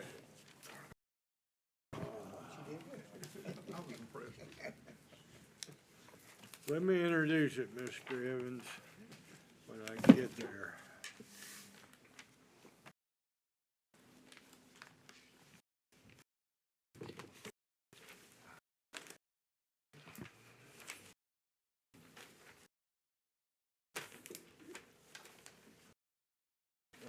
Thank you. 12B, legislative hearing, which I will open on case number RZ 25-02, which is a request to rezone property located approximately 100 feet east of Ridgewood Circle. Have at it, sir. Thank you, Mr. Mayor. Excuse me. So this request was filed by Mr. William Orlani Hedrick, and the request is to rezone the district to an amended high-density residential designation. This is for a residential plan unit development that consists of 10 dwellings. And as we'll get to in the analysis, the current zoning approval is for with a residential plan unit development. So there's one parcel identification number with the request. It is about 3 2/3. The site is undeveloped in terms of structures. There is a residential plan unit development that had been submitted previously with a council action in 2018 with the previous plan unit development request. So I do want to point out that the applicant indicated that all notifications were mailed to the abutting property owners prior to the planning board meeting. This was done January 23rd. We have had a notice mailed by staff before this public February 20th. The properly advertised and posted with a sign as well. So if you look at the map, you'll see the property is kind of on orangish, right in the center of the property. And if you look at the surrounding properties, you have lower to medium density residential R10 and R15 that are shaded in the yellow areas. This property is located between the Robbins Nest subdivision to the east and the Ridgewood Forest subdivision to the west. If you go on the opposite side of East Aldridge Street, the property is in the county's zoning jurisdiction. Also, you'll see the kind of blue, those are flood area. So a good portion of the property is in a flood zone on the western and northern side of the property. So this is parcel A. This map simply shows you the abutting property owners that were mailed notice request. The topography of the property in places is steep. The creek on the western where the flood zone is located, so it does drop off as you're going from the west. There is city water that runs in front of the Aldridge Street. Is to the property, private sewer easement on the property to the north, coming from a parcel on Finchley Court, where there is a city easement on that property. The aerial map shows you the surrounding properties. So you see primarily single-family residential, 2 subdivisions I mentioned on either side. The oblique map shows you more of a dimension for the surrounding parcel. Well, this was before it was taking place. Looking into the property from East Aldridge Street, and that was approval by council for the 10 units for approvals and zoning permitting and permitting for structure of that subdivision, as well as DOT permitting. So this shows you just another view. The dwelling on the right is on East Aldridge Street in the Robbins Nest subdivision. So it's a little bit lower than that surrounding to the east. Looking from of the property on the western side of the property near the creek. This is just taking another view into the property from East Aldridge Street. So you see the homes in the background. Those are within the Robbins Nest subdivision on Robbins Nest Drive, just off to the east, to kind of give you some bearings on that. This is the property from East Aldridge. See how the property drops off fairly drastically side of the property where the creek is located. And so all of this grading that you see, the flood off in the area photograph. So this is looking east on East Allred Street. Here you see the Robbins Nest subdivision and the homes. And then finally, this is looking on East Allred Street. The Ridgewood Forest subdivision is off to the right. The subject property would be right, kind of back behind where the construction activity is occurring. So just to go through the most recent plan that was submitted, this a total of 10 dwelling units. So there are 2 groups of 5 buildings as you come into the property. Lane, public city maintained street that's shown right of way, and a sidewalk that runs along the right of way. There is something that was shown on the plan using the natural vegetation that exists, where you saw that on the photo on the western side of the property near the creek, and on the northern side of the property. There is also a planted, located great myrtle trees area closer to the entrance where the existing vegetation does not exist. And then the applicant indicated on the site plan a screen that included both a row of evergreen shrubs that are 5 feet apart and a and that actually should be 6-foot screen as far as the height of that, and a 6-foot tall wooden fence. So typically only elements are required for the screen next to a residential development with a plan unit development next to a single family. In this case, the applicant's site plan does show both of these elements, so screen proposed. Also, as far as the parking, there's parking in a 1-car that's available. So 2 of each. There are 3 as well. One of those is handicap accessible. So typically the required 2 spaces, 3 if you plus limited parking on Cane Creek Lane on street. Except for an area, we do have a condition that would prohibit that from being used for parking where emergency vehicles would need to turn around. Also, there's a recreation area shown. This is a passive area on the northern side of the property. Include queue and picnic area, as well as area. There's also a mailbox feature near the visitor parking area. So this is a building elevation that shows what the building would be proposed like. One major difference between the plan that was approved in 2018, that plan was a unit, making these units 2-story.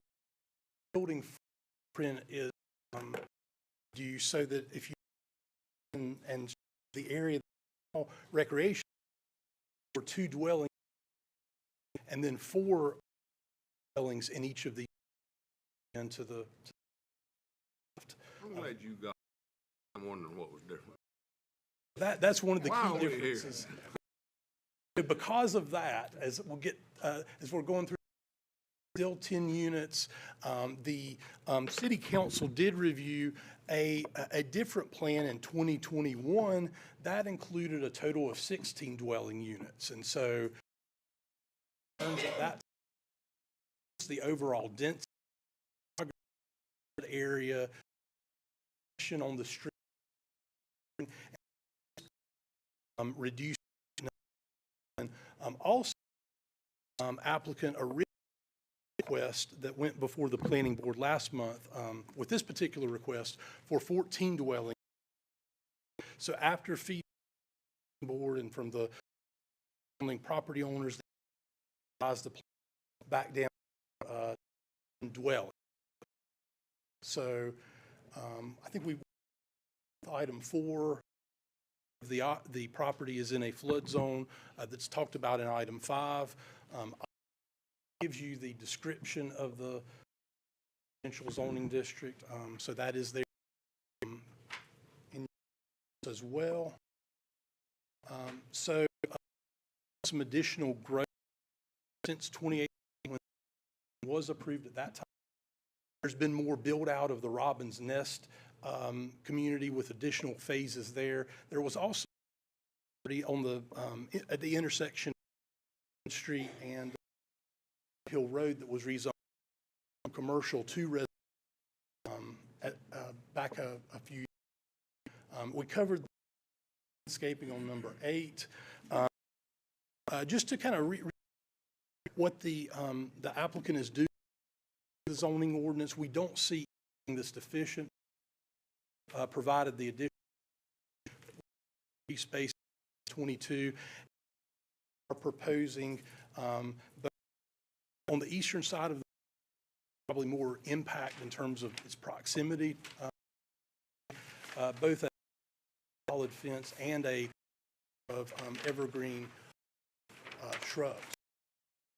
So this also East Aldridge Street is a center thoroughfare, and if you look at the capacity that's shown in the transportation plan, that does show that it has a capacity of 9,500 vehicles per day. The latest traffic data from NCDOT indicates 800 vehicles per day along East Street. This updated plan to NCDOT, you have in your report, no concern with this change, the request. So this is in the neighborhood residential area on the proposed land use map. It's in the primary growth area because of being inside the city limits. Total of 3 goals and policies that are supportive of the request, and 3 that are supportive of the request. Number 1, the land development plan conformity being located in a flood zone and along slopes. So in terms of proposed conditions, most of these are very standard in terms of the zoning permitting and the applicant agreeing to the use and agreeing to the condition. Item E deals with that's shown in the front yard area on the western, that if for what were to be, which we don't know, there's no in that area, but it would require that be replanted with a buffer if that were to be disturbed. Give some flexibility on the if there's concrete pads with area that the applicant would have that ability.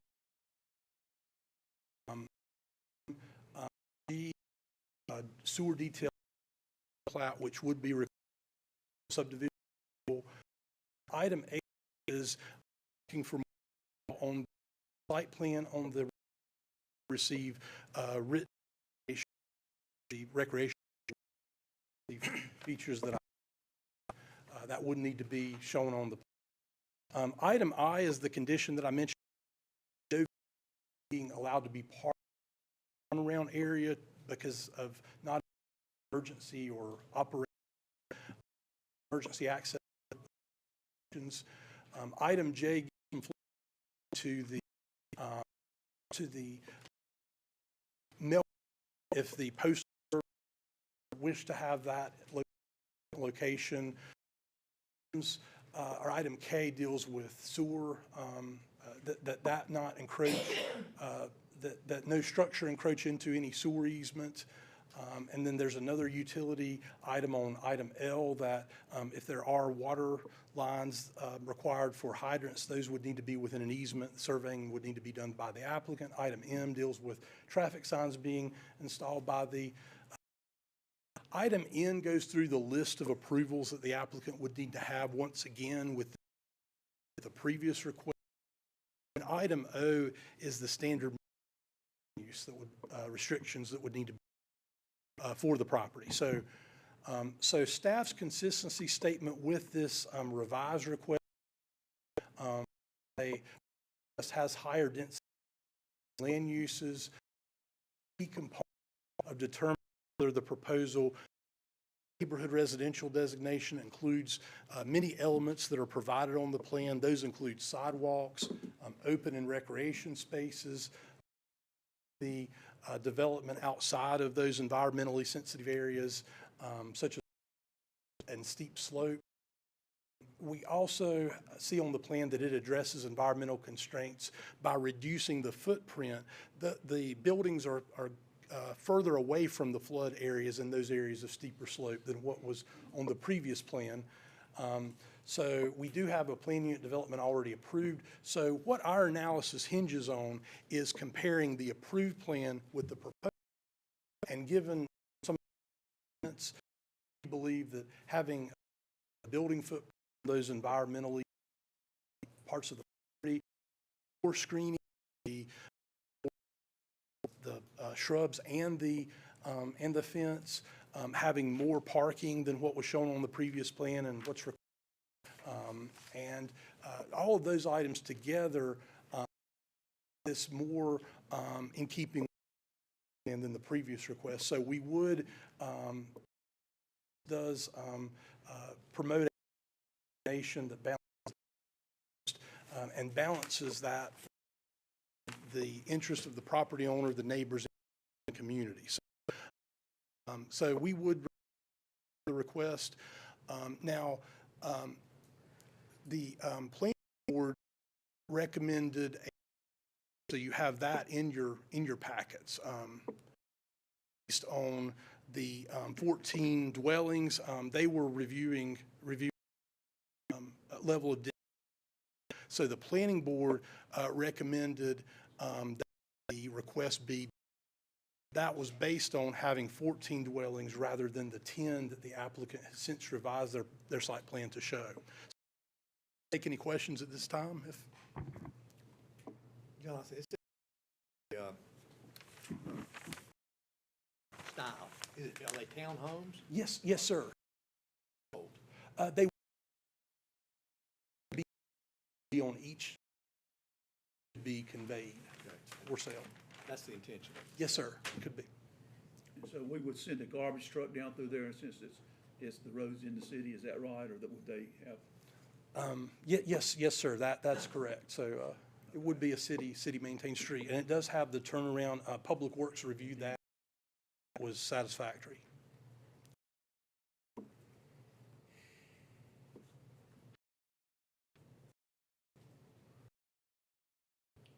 Anybody?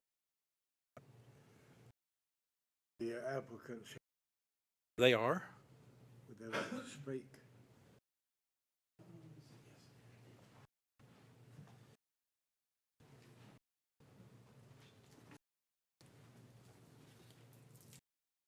Vestal with the civil engineer that's put together the plans and changes the applicant. I don't know if John did a very through where we've been from and where we've come to, so any specific questions? Are you amenable to conditions? Would these homes be able to flood like that since they're so that's what worries me. Yeah, actually the elevation steps up tremendously to the finished floor elevation of one of these homes would require a flood certificate of insurance out of the floodplain. Wouldn't be required. Correct. If you look at the site plan, the floor level is way higher. I can't tell you exactly, but way higher than the flood zone.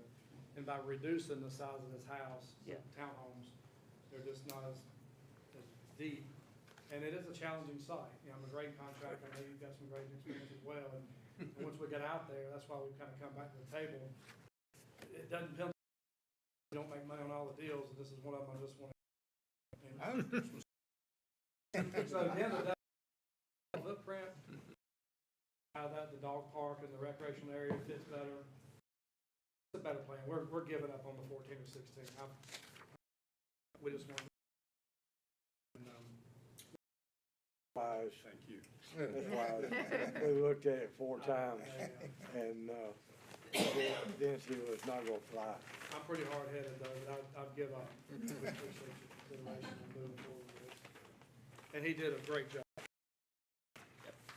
Lots of twists and turns. Any other questions? Great. Is there anyone in the audience that would like to address the council regarding this request?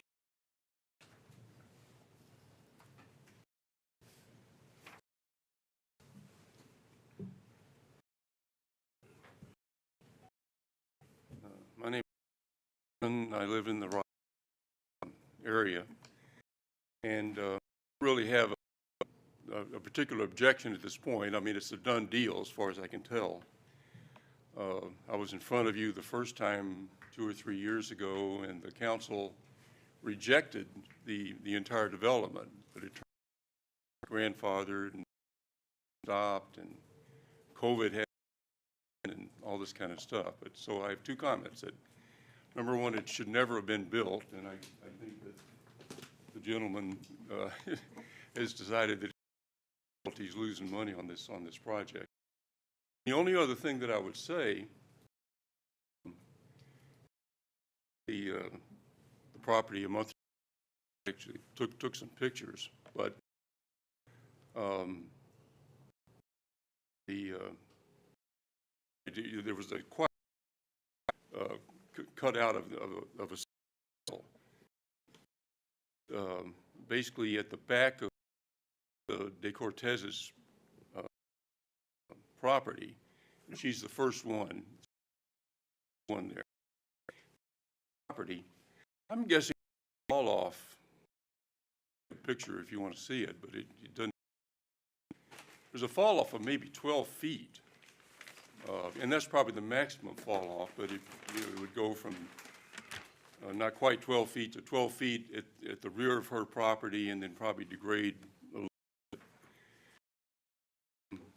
I'm not a engineer, I'm a mechanic, but I got to tell you that a 6-foot wood fence is probably not going to stop that when that fall, the beginning of the seasons, wet and the dry and all that stuff.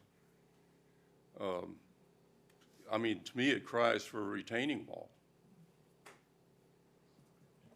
Anybody want to see my picture? You really can't see it here, but from property, and there's probably an easement, a little bit of an easement there, and it fall off, and the maximum is, I'm guessing, is 12 feet. And you're talking about a six. I saw it. It's scary looking, really. I mean. Did you look? Back up. Yeah. All these houses are going to go down just like that. Can I ask a question of Christian? Sure. Do you know what the finished slope will be? 1-to-1, 2-to-1, 3-to-1? 1-to-1 or more. It has 1-to-1, but that's just over everything graded in. 1-to-1 or more feasible.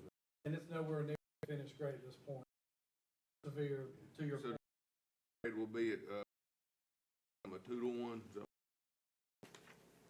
At 1-to-1, didn't you? In between 1-to-1 and 2-to-1. It increased the more we. Yeah, and the footage there, we've not cleared at this point. I've left that buffer there.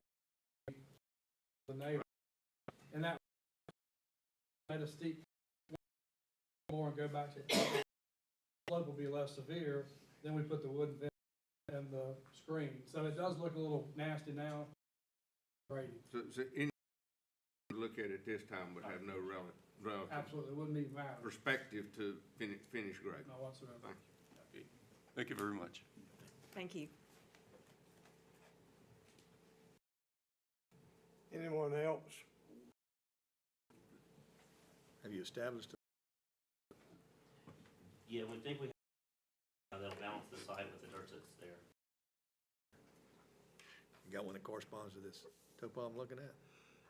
Sorry? Got one that corresponds to the topo as to? I don't know what. Hang on, I don't know man. what that is. Okay. If you're gonna have a conversation, you need to the microphone. You just answered it. You're good. It wasn't relevant. I mean, I'll say it was relevant, but it wasn't informative as we needed. Hear you either. Yeah. We'll buy you a hearing aid.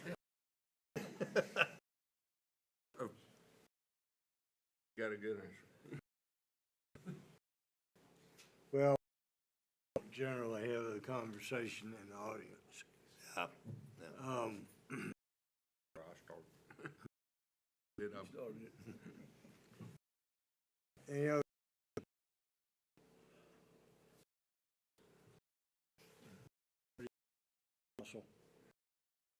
On the consistency statement,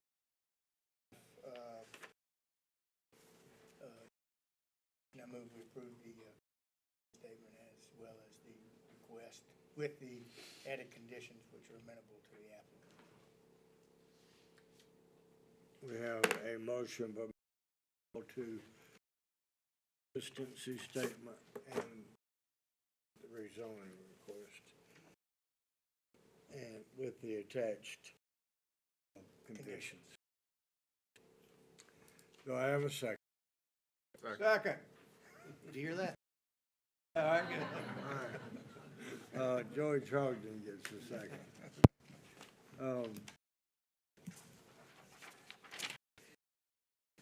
Discussion? All in favor, say aye. All opposed? Motion carries.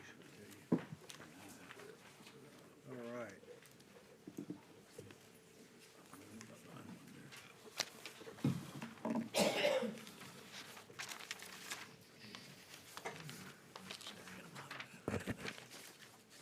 Mr. Luck.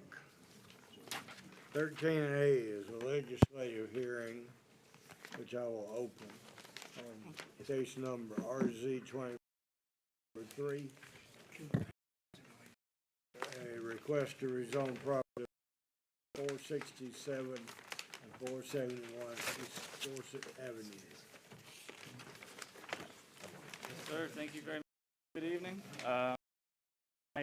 With an overview of RZ 2503. The applicant for this case is Jamie Crumley. She's also the property owner. Again, the request is to amend an existing B2 general commercial conditional zoning district for a manufacturing, processing, and assembly light land use. As the mayor mentioned, this is two properties, two PIN numbers. They are 467 and 471 East Dorset. They comprise roughly 0.97 acres. The existing land use on the properties, one property has manufacturing, processing, and assembly light land use. It has a dwelling. There's some zoning history to these properties. For 467 East Dorset, there was a CU B2 zoning approved for manufacturing, processing, and assembly light, specifically lawful processes involving agricultural and food products. This was 2007 CUP 1701. Not soon after 471 East Dorset, there was a CUB2 zoning approved. That was RZ 1702. However, there was no conditional use permit issued for that property. We'll point out this hearing has been properly advertised with the required notice provided in your packets and on the screen. Continuing, this is in the corporate limits, both properties. They are not located in any overlay district. The city utilities are available. In fact, there is a portion of a City of Asheboro sewer easement that exists on one of the properties. East Dorset is a local street, and it is city maintained. When we look at the surrounding land use, we have residential, commercial. East is also, and to the west. And you'll see that on this zoning map here. And zooming into properties, residential in yellow, general 2.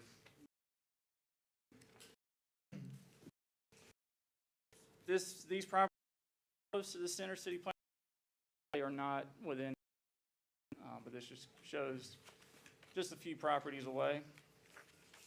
And this is the topo and utility map showing the existing in the area. And an aerial map showing the surrounding development. Some pictures. This is an oblique map showing the property. You'll see the existing manufacturing use on the left, the existing single family on the right. that make up both properties. This is looking at the property from East Dorset, and the house is in the front, the manufacturing facility is in the back. The property line between the two properties, you'll be separating those two. This is looking at the existing. This is looking east on East Dorset Drive, Dixie Drive, or Cliff Road. And this would be looking west towards Cox Street. So moving on to the analysis, the proposed land use, again, manufacturing, processing, assembly light, specifically this time and continuing specifically for lawful processes involving agricultural and food products. In your packet for your information, we did include the B2 district statement of intent and also the definition for manufacturing light. Manufacturing light is permitted in the B2 zoning district via a special use permit. There are specific special use permit standards similar to what you guys just saw with the billboard, and they are here on the screen and in your packets for reference. Generally, light calls out limits on amount of in the machinery used. The applicant proposes to construct a 4,800 square foot addition for additional manufacturing and storage area. This includes a connecting structure to the existing building. The proposed driveway cut you'll see on reviewed by the engineering department determined eligible for a driveway permit. There were some the site plan when it was reviewed by the planning board. Those have been addressed. As we start to turn towards the site plan, we want to point out some deviations from the typical or the general B2 zoning requirements. Two will point out is one is related to the number of employees. Typically that is 10 per largest shift per property. The applicant is requesting 25 employees on the largest shift. You'll also see a modification to the screen, eastern property line. Would be a screen C that includes a 6-foot tall opaque fence and evergreen trees. The applicant proposes to use a solid opaque fence, but use existing vegetation rather than planting new vegetation. The location of the city sewer easement also the screen. So here again, we'll point out a few things. The existing building on the left, the new proposed building is on the right. To the rear and kind of a bubbled area, that's the existing vegetation to be preserved. Along that eastern property line, you'll see a solid 6-foot fence, and that stops at where the sewer easement crosses into the property. You'll also see the added parking and loading area, and also yard landscaping that meets the standard requirements. This is the building elevation. Looking at the front of the building, the applicant proposes a stucco finish front to match the existing building. The remaining sides will be metal. So, giving that site plan summary of addition, again, use is manufacturing light, agricultural and food products. Conditions B, C, and D are standard conditions related to permitting. E speaks to the number of employees, allowing that to be 25. F speaks to the modified screen on the eastern side of the property line, stating that the existing vegetation must be preserved and maintained in perpetuity, and if necessary, replaced to continue the screen's effectiveness. And the screen must be installed prior to the issuance of a CO. And lastly is the requirement to record the memorandum of land use restrictions. As we evaluate the site plan, we look to the plan consistency and reasonableness. The proposed land use map designates these properties as neighborhood residential. The growth strategy map designates them as primary growth. We feel there are some goals supporting this request. That includes the growth strategy map. There are no, and also this request would lead to employment opportunities for the city. There are some goals and policies not supporting the request. That would be excuse the typo there, I should say, not compliant with the proposed land use map. And checklist item 3 is that it does not fit the zoning district statement of intent due to the location on a local street. Taking those into account, the staff recommendation is to approve the request attaching conditions as summarized. The planning board agreed and also recommends approval attaching conditions as summarized. And you have their adopted plan consistency and reasonable statements in front of you, and it's also in your packet, generally speaking to growth within the area, changing conditions in the area, and allowing the property owner to develop in a compatible with surrounding land uses. With that said, I'll be happy to address any questions the council may have. Your action items tonight are to adopt a plan consistency and reasonableness statements, and secondly, approve or deny. If the council wishes to approve, the council may attach the zoning conditions as summarized or modification. Justin, with 25 people on shift, we got parking adequate? Yes, the parking is 25 employees. It does meet the zoning ordinance minimum for that employee.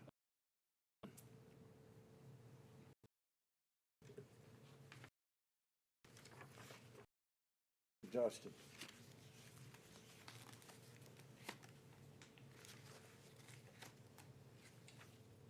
Applicant here. Like to speak?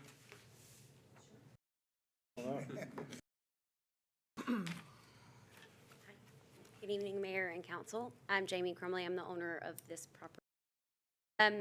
I wanted to just give a little bit of history on this setup. I know that second lot, 460, been in existence now since 2017, and 471 was rezoned at that point to be the business commercial. So we've left it as residential until our business kind of grew to a point where we might feel like we need to expand. And that has happened quite quickly. We had originally applied for a grant to the state of North Carolina to help us look at expanding this business. And we found out in the fall that we were on an economic development in order to expand this location in this capacity. So the ball rolls for us to expand. Been met with storage issues. We don't really have manufacturing space issues, it's storage. It's caused us to have a situation where we've had to bring in 2 shipping containers outside of the facility in order to store product in while it ships out, which is extremely inconvenient, but it's part of business growth. And so on to this building, and we don't on because we're already there, but technically it could stand alone. With the staffing question, each lot is allowed 10, so it was going to be 10 in that small building in the other building, which would be so the differentiation is. And that was simply because they asked the absolute max. I mean, at this point, I don't foresee us hitting that number. With the expansion, the intention is for this location to be more of a dry storage. There wouldn't actually be, for us, there wouldn't actually be full manufacturing going on in that location. It would just be a place to allow us to have a storage capacity, which would allow us, this was one of the questions at the planning board, it would allow us to remove the shipping containers out of the way. They are not conducive for us, which would also give us access back to the back portion of 467 where the dumpsters are supposed to be back there in the back. Also, prior to this meeting, we were approved to be able to add in an enclosed dumpster storage space. So on the other side of the building would be a 15, 20-foot building that actually would hold a dumpster inside. that way, what we can do is we can start moving our dumpsters back to where they're supposed to be, and we're gonna go a step farther and actually put them inside of a unit. So they'd be a roll-up door that we would roll it up, the trash company would come and dump it and then put it back in. We did that because we had some issues where the dumpster company would be dumping and they don't always dump perfectly, and then that left kind of a mess. So this was a really good solution for us.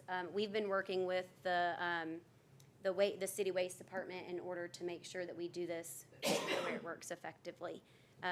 So we're really trying to make sure that we expand. It's a 4,000 square foot building, so it's pretty small. We did that so we could stay completely off the property lines that have residential, to really pull that up and come even farther off. So, but this economic development grant has really, we had 4 people come down from the Department of Ag, tour the facility, and see kind of the dire need that we're in for additional storage within our facility. And so that was a really big bonus that's going to help spur those extra jobs. Part of that grant is also being able to hire some additional employees. So we're trying to merge all of those together and give us a little extra storage space over there. The proposed conditions amenable to you? Absolutely. Yes, absolutely. Anybody else? Thank you. Anyone else in the room that would like to address this request? Come on up, ma'am.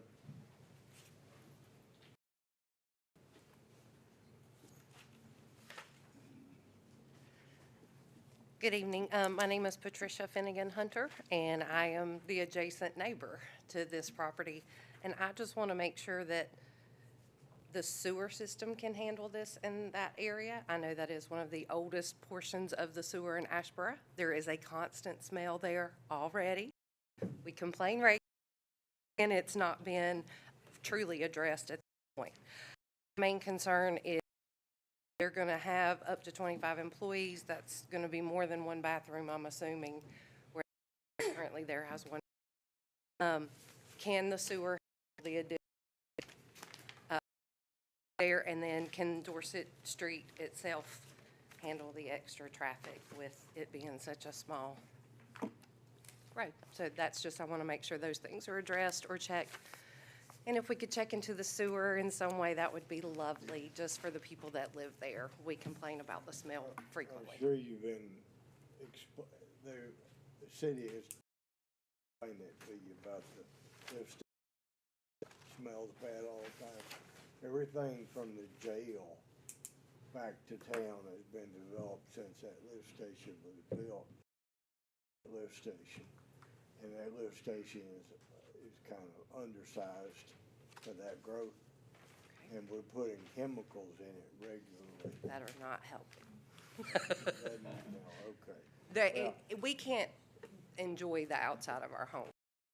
We've been having an issue with. If there's going to be more construction and things, I want her to do well with that, as long as we can address the current things that are making it unpleasant for the people who already live there. That lift station needs a total redo. Okay. Is that in the plans? In Asheboro in general?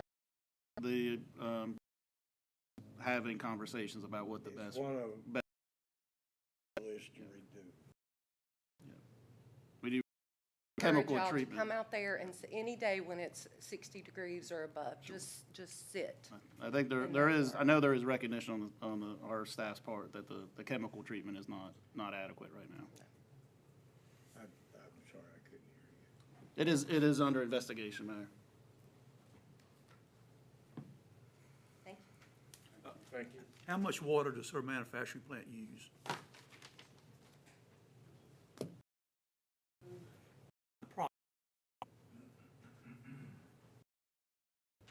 I would have to look and see what the total number of gallons is, but I think like our water bill is $200 at our plant. Water and sewer bill. Yeah, so So I could look up the actual manufacturer don't produce a lot of water at all. Like, and I will second that because I've actually had to explain to a lot of my customers that it's not us that is smelling. Because a lot of our customers come in and think it's us, and I'm like, I promise. So I will second the sewer issue, but yeah, total water usage, we're not a heavy, I mean, we spray down at the end of the day and do a little quick wash down, but our manufacturing process is not a heavy water usage, so definitely not like a fabric or dye house or something like that. Yeah.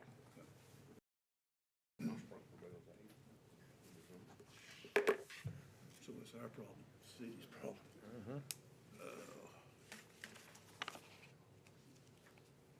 Anyone else?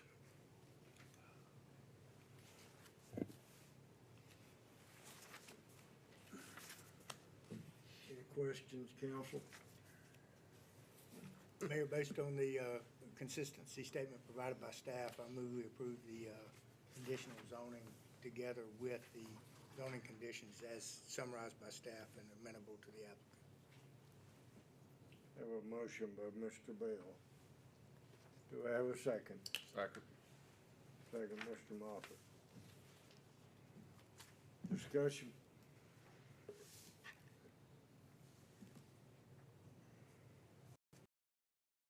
All in favor say aye. Aye. All opposed?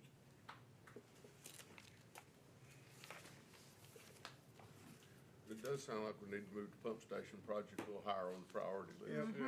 Trevor, you get with Michael on that tomorrow and Yes, yes, sir. see what, as long as I've been sitting years, I can tell you that I've heard about it plenty. And we will work to see if we can include that in the upcoming budget, that you all see. Thank you. Given the size of the lines in that area, it may be some other rerouting with some other pump station plan, but. It's not necessarily the station, it's the lines coming into the station. That's what, you're limited by what it can do more than just the pump station. Okay. Item 13C, is that right? B. B. 13B. Legislative hearing that shall open for case number RZ 2004. The request to rezone property located 131 and 137 North Randolph Avenue. Sir, I'll begin again with an overview of this case. The applicant is Jenna McKenzie. The property owner is Brandon Allen. The request is to apply B2 general commercial zoning for rental sales of domestic vehicles and open storage land uses on two properties, 131 and 137 North Randolph Avenue. In total, the property around half an acre, and the existing land use is undeveloped. Zoning history, 137 Randolph is the property of Salisbury and North Randolph Avenue. In 2020, a CUB2 zoning was approved by council and a conditional use permit issued for a rental sales of domestic vehicles land use. There is no zoning history for 131 Randolph, and it is zoned residential. So you have a mixture of one property being zoned conditional B2, one split R75 and R10. Again, I'll point out this hearing has been properly noticed, and you'll have those dates in front of you and in your packet. These properties are in the corporate limits. They are not located in any overlay district, and city utilities are available. When we look at transportation, East Salisbury Street is a major thoroughfare. North Randolph Avenue is a local street. Salisbury, of course, is state maintained. North Randolph is city maintained. Some traffic notes, looking at the 23 daily traffic counts for this section. East Salisbury, this section is over capacity, 15,500 cars a day. That capacity is 12,900. There is a transportation improvement project planned for this area to make corridor improvements. however, is currently unfunded. When we look at surrounding land use, to the north, there is commercial zoning. To the south is residential. East also residential, and to the west, commercial, which you'll see on this zoning map. And to the adjoining properties. This is an aerial view of the site. You see the land is undeveloped with a mixture of commercial around this intersection and then residential to the south. Looking at the topo and utility map, again, city utilities are in this area. This is an aerial view of the site. Just to give you an overhead look of what these two properties look like. This is a photo looking east on Salisbury Street, going towards the mall. This would be looking west back towards downtown and Elm Street. This would be looking at the subject property and North Randolph Avenue. Again, the subject property with Randolph Avenue in front of you. And this is the subject property, the opposite. This would be the property line that abuts the single-family dwelling to the south. And then this is looking on North Randolph Avenue towards Warp Street. So the proposed land uses, again, rental sales of domestic vehicles and open storage. These properties were previously used for single-family dwellings. They've both been removed and the property is now undeveloped. RZ CUP 2001, again, authorized a rental sales of domestic vehicles land use in compliance with the approved conditions and site plan on the 137 North Randolph Avenue property. However, that development has not been implemented. The current use of the 137 and 131 Randolph properties is not authorized by RZ CUP 2001 or the residential zoning district, and a notice of violation has been issued by the Code Enforcement Office. We'll point out the adjoining property feature of motor vehicle repair and rental sales of domestic vehicles land use, and to serve as the office and required parking for the proposed land uses. Cross access between the subject property and the adjoining property is proposed. The adjoining property is currently zoned B2 and is not part of this request, although they will share a cross access. Again, is the B2 statement of intent for your reference. We've also included some relevant zoning ordinance definitions as far as vehicles and open storage. I will point out open storage does allow storage of a lot of things, supplies, merchandise, vehicles. However, it does not permit the storage of what the ordinance defines as junk or vehicles. Can you define that? Not off the top of my head, but it's in there. When you see it. Yeah. Rental sales of domestic vehicles and open storage are permitted by right in the B2 commercial district. A screen D, given these proposed uses, would be required along the southern property line that abuts a single-family dwelling. Screen D does not permit a chain link fence as a fencing option. It does require a solid wood or vinyl fence or wall. An important condition of RZ CUP 2001 was no driveway access from North Randolph Avenue.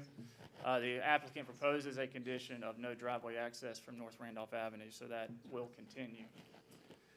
I will point out also in the conditional zoning application, you may see reference to an impound lot. However, this use is no longer being requested, as it also does not fit within the definition of open storage. That would be vehicle towing storage, and that is limited to industrial districts only. So again, open storage is the request. Would not permit storage of junk, towed disposition. When we site plan, how that site plan may differ from the standard B2 general requirements. There are really no deficiencies requested or deviations requested in this proposal. There are items the applicant is above and beyond the typical requirements. That would be one of which is a wooden privacy fence, 6 feet in height along the East Salisbury Street and North Randolph Avenue frontage. The second is the condition that no driveway access shall be permitted from North Randolph Avenue. And I'll turn to the site plan. You have the full at your places, but I've zoomed in a little bit and I'll point out some areas highlighted here. You'll see at the top the proposed wooden privacy fence along the streets. You'll see along North Randolph Avenue, no access, no drive. You'll see the landscaping of proposed along both streets. The trees are not shown. There is a screen D proposed along that southern property line, which would be a staggered row of evergreen trees, not less than 6 feet in height at the time of planting, and also the solid fence. You'll see the cross-access driveway cut proposed that will be behind the existing, and not really highlighted here, but there is an existing chain fence that runs the property line between the repair shop and these properties, and you will see a condition that requires that chain link fence to have screening material added to it to be compliant with open storage screening requirements. So we'll summarize the proposed zoning conditions. Again, use, rental sales of domestic vehicles, open storage. B, C, and D, again, are standard permitting conditions. E speaks to an opaque chain link fence is not permitted as a method of screening along the streets. Instead, solid wooden fencing shall be provided, and it shall be painted or stained a medium or dark finish. That's language out of the downtown overlay district that's being borrowed there. Also, the decorative side shall be adjacent to the public right-of-way and residential, and all fencing shall be maintained in perpetuity. Again, the condition that speaks to adding screening material to the existing chain link fence that runs between the repair shop and the properties. G speaks to no driveway access from North Avenue. A to no being permitted on fencing. Lastly, I is the standard condition requiring recordation of the memorandum of land use restrictions. So, turning the request and looking at the LDP and reasonableness, the proposed land use map designates both of these properties as commercial. They are in the primary growth strategy area. So there are some goals and policies supporting the request, being compliant with the proposed land use map. It does fit the B2 intent since no access from Randolph is proposed. Primary growth strategy area, and it would use of vacant land. There are goals and policies that do not support the request. The land development plan has policies that speak to having transitional land uses between commercial and residential. There are also goals and policies that speak to design, and I think a question here of is the fencing and the landscaping enough to make this request fit in harmony with the surrounding residential area. So this is a very close call. In the end, planning board and staff recommendation is to approve the request attaching the conditions as summarized. Consistency, reasonableness statements, leaning in on the proposed land use map designating the properties as commercial, and there being some offered conditions that go above the standard B2 zoning requirements, and the uses being permitted by right in the B2 district. So again, the action items for council tonight is to adopt a consistency and reasonableness statement, as well as approve or deny the zoning map amendment, and if moving to approve, attaching conditions as summarized or with modification. I'd be happy to answer any questions you may have. Mayor, I got two. Have it. Okay, so the parcel that's identified as the 8960 is currently residential. Is that correct? Yes. The parcel area, 8,960, yes, that is currently zoned residential. And the conditional zone parcel on Salisbury? Yes, that is correct. Okay. And yeah. It's for car sales, yes. So the only access is through an adjoining landowner? Yes, that is correct. So there's no other access? There's no other access proposed on this site plan, and likely any access proposed would be a modification if approved and would require council action, whether that be on Randolph or Salisbury. And Salisbury, of course, would be subject to DOT driveway permitting. Thank you. Just remind me, I'm sorry. No, go ahead. Remind me, they said they were withdrawing, there was a storage thing, not the junk stuff, what's defined, but there was something that was on there. Impound lot. Yes, An impound an impound okay. lot, All right, yes. So there is no impound lot. There's no Nobody's impound gonna lot. be towing a vehicle in there and Yes. it'll get picked up whenever it gets picked up. That is correct. That would not be a permitted land use under this request. Okay. So they're storing vehicles until they fix the vehicles? Is that what they're doing? I would allow them to address that, but it seems that way at the moment. Can you address the current zoning violation? They are, essentially, it's a general violation of instituting a land use without obtaining a zoning compliance permit.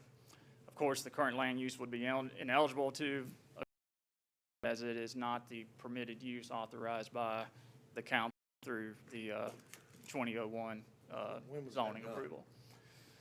It was a lengthy, I believe it began right around COVID, March-ish in 2020, and was eventually approved, I believe, in July. Initially filed as a general P2 zoning request.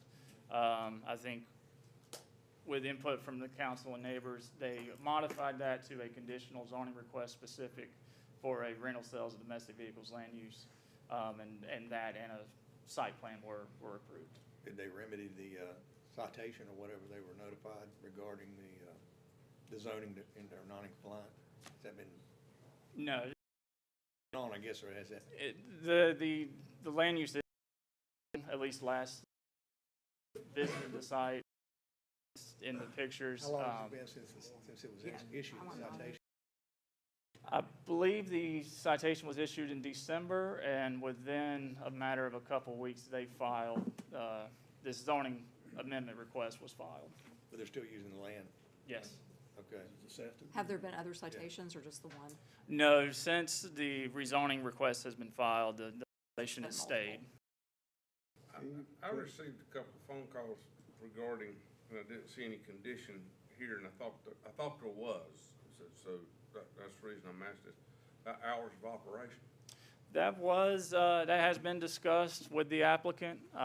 Ultimately, that has not been requested to be added. It was also discussed Monday at the planning board meeting, but the planning board did not move to modify the conditions as they were presented, including hours of operation or noise was also discussed. So if there's not any, so I must have gotten some inaccurate assumption of information. Thank you. All right, any other questions of Justin? We've got other people I'm sure want to speak. Okay, who in the audience would like to address council regarding this request? Mayor, I do believe the applicant does have a presentation for you. All right.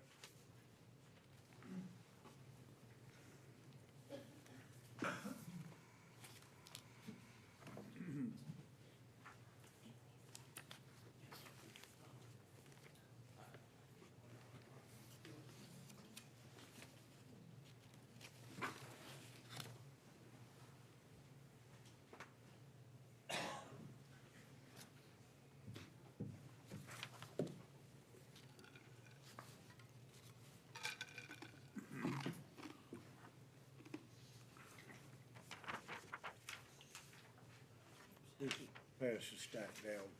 Yeah. We can just separate them. Thank you, Justin. Oh, it's freezing in here. So we can handle it, but I'm not sure.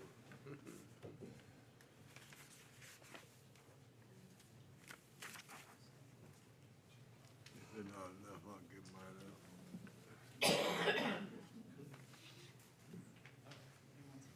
I move we allocate budget for heat. Well, yeah, I was gonna say, we need to turn the turn the air Says somebody after some logs. Thank you, Don. Went on with email. I've been freezing all day. I think we got. No, I'm good. I'm Holly, are good. you I'm never cold. Holly about to die over there. I'm never cold. Maybe you cold? I live with a similar example, I understand. Donald can read your mind. And if you'll hand me my electric blanket, we can. That's what we need is a little blanket up here. Okay. That's Mr. right, Kinsey, City of you're Asheboro right. blanket. It's good branding.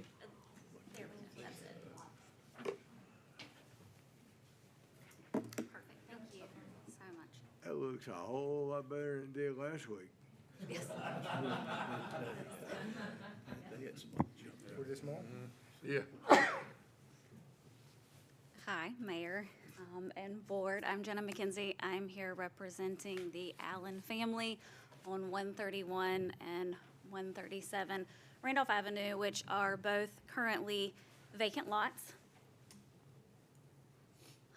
Straight across from it, we've got Leo's Car Wash, which does have a fence, but no trees in front of it, which will be addressed later on. Then to the west of it, we've got the Kyle Co. gas station, and then we've got the C-store. So commercial is all around this property. This is the house, I believe it's a rent house. It's located directly behind the proposed parking area. I will say the tenant's vehicle has actually been one of the cars parked in the grass area that we're talking about tonight. It's been parked there for a while, and she just moved it yesterday, and it's now parked on Randolph Avenue. And you can see on the right-hand side of the screen that there's already a partial privacy fence there in between.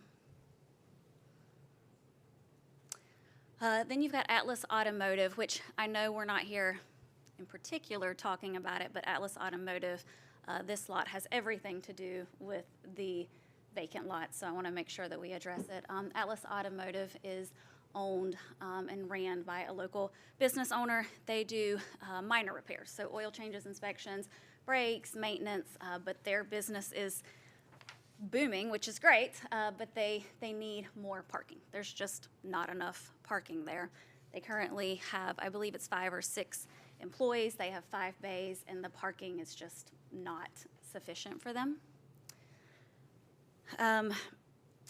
Let's see. Here is the current zoning, and I know that we had talked about it before with Justin, but you've got Atlas Automotive.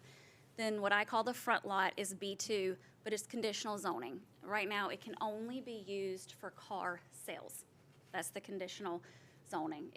That originally happened because Brandon Allen wanted to open a used car lot there and his classic cars there. Since then, down on Highway 64, and their whole operation is down there. He rented out to Atlas Automotive several years ago, and they've been there, I think it's 3 going on 4 years. The rear lot is still zoned R7.5, R10, which is residential. We're asking that that entire, both empty lots, be zoned B2 with conditional use for the parking lot. The real reason that we especially need that back lot is you'll see, in order to avoid an entrance on Randolph Avenue or on Salisbury Street, our proposed plan is to go around the back of Atlas Auto and enter into that rear lot. So that's really why we need a rear lot. On Monday nights, if you guys were listening in, it was a couple people that spoke that this Salisbury had historically been not so great. They talked about crime, drugs, and graffiti, and all of these things. I will not been the case, nor ever been the case. Automotive. It's a small business. They're just trying to make it, but they are falling short on the city at times, which we will also address. I'm ultimately here to try to assist them in bringing up to code and not to improve the condition of all 3 lots owned by the Allen family. And now it's time to be brutally honest. I know that we all drive by this every day. I drive by it every day. It does not look great. It looks, for lack of better words, it looks junky. They've got some broken down cars out there. They've got the bus in the back. They were receiving violations for parking on the grass. So then they started parking in public spots on the avenue. Well, then, of course, that made the neighbors upset that they were parking on Randolph Avenue and creating congestion there. So they're kind of between this rock and a hard place. And we really are just trying to do our best, keep the city happy, keep the community happy. But the truth is they need extra parking. So let's go with the original plan. So this was our original plan that we proposed. The main difference, you can see where the red arrow is. There was an entrance from Randolph Street. Nobody liked that. The board did not like that. They felt like it was too close to the intersection there on Salisbury Street. They talked about traffic, and the neighbors did not like the entrance being there either. So we came back. We tried to be very flexible, and we presented this updated plan, which I know you guys haven't. With the updated plan, there is no entrance from Randolph Avenue. So we've cut that off, and the privacy fence will just go straight down. We have said that we will do a 6-foot wood privacy fence, so one of the nicest fences that you can buy.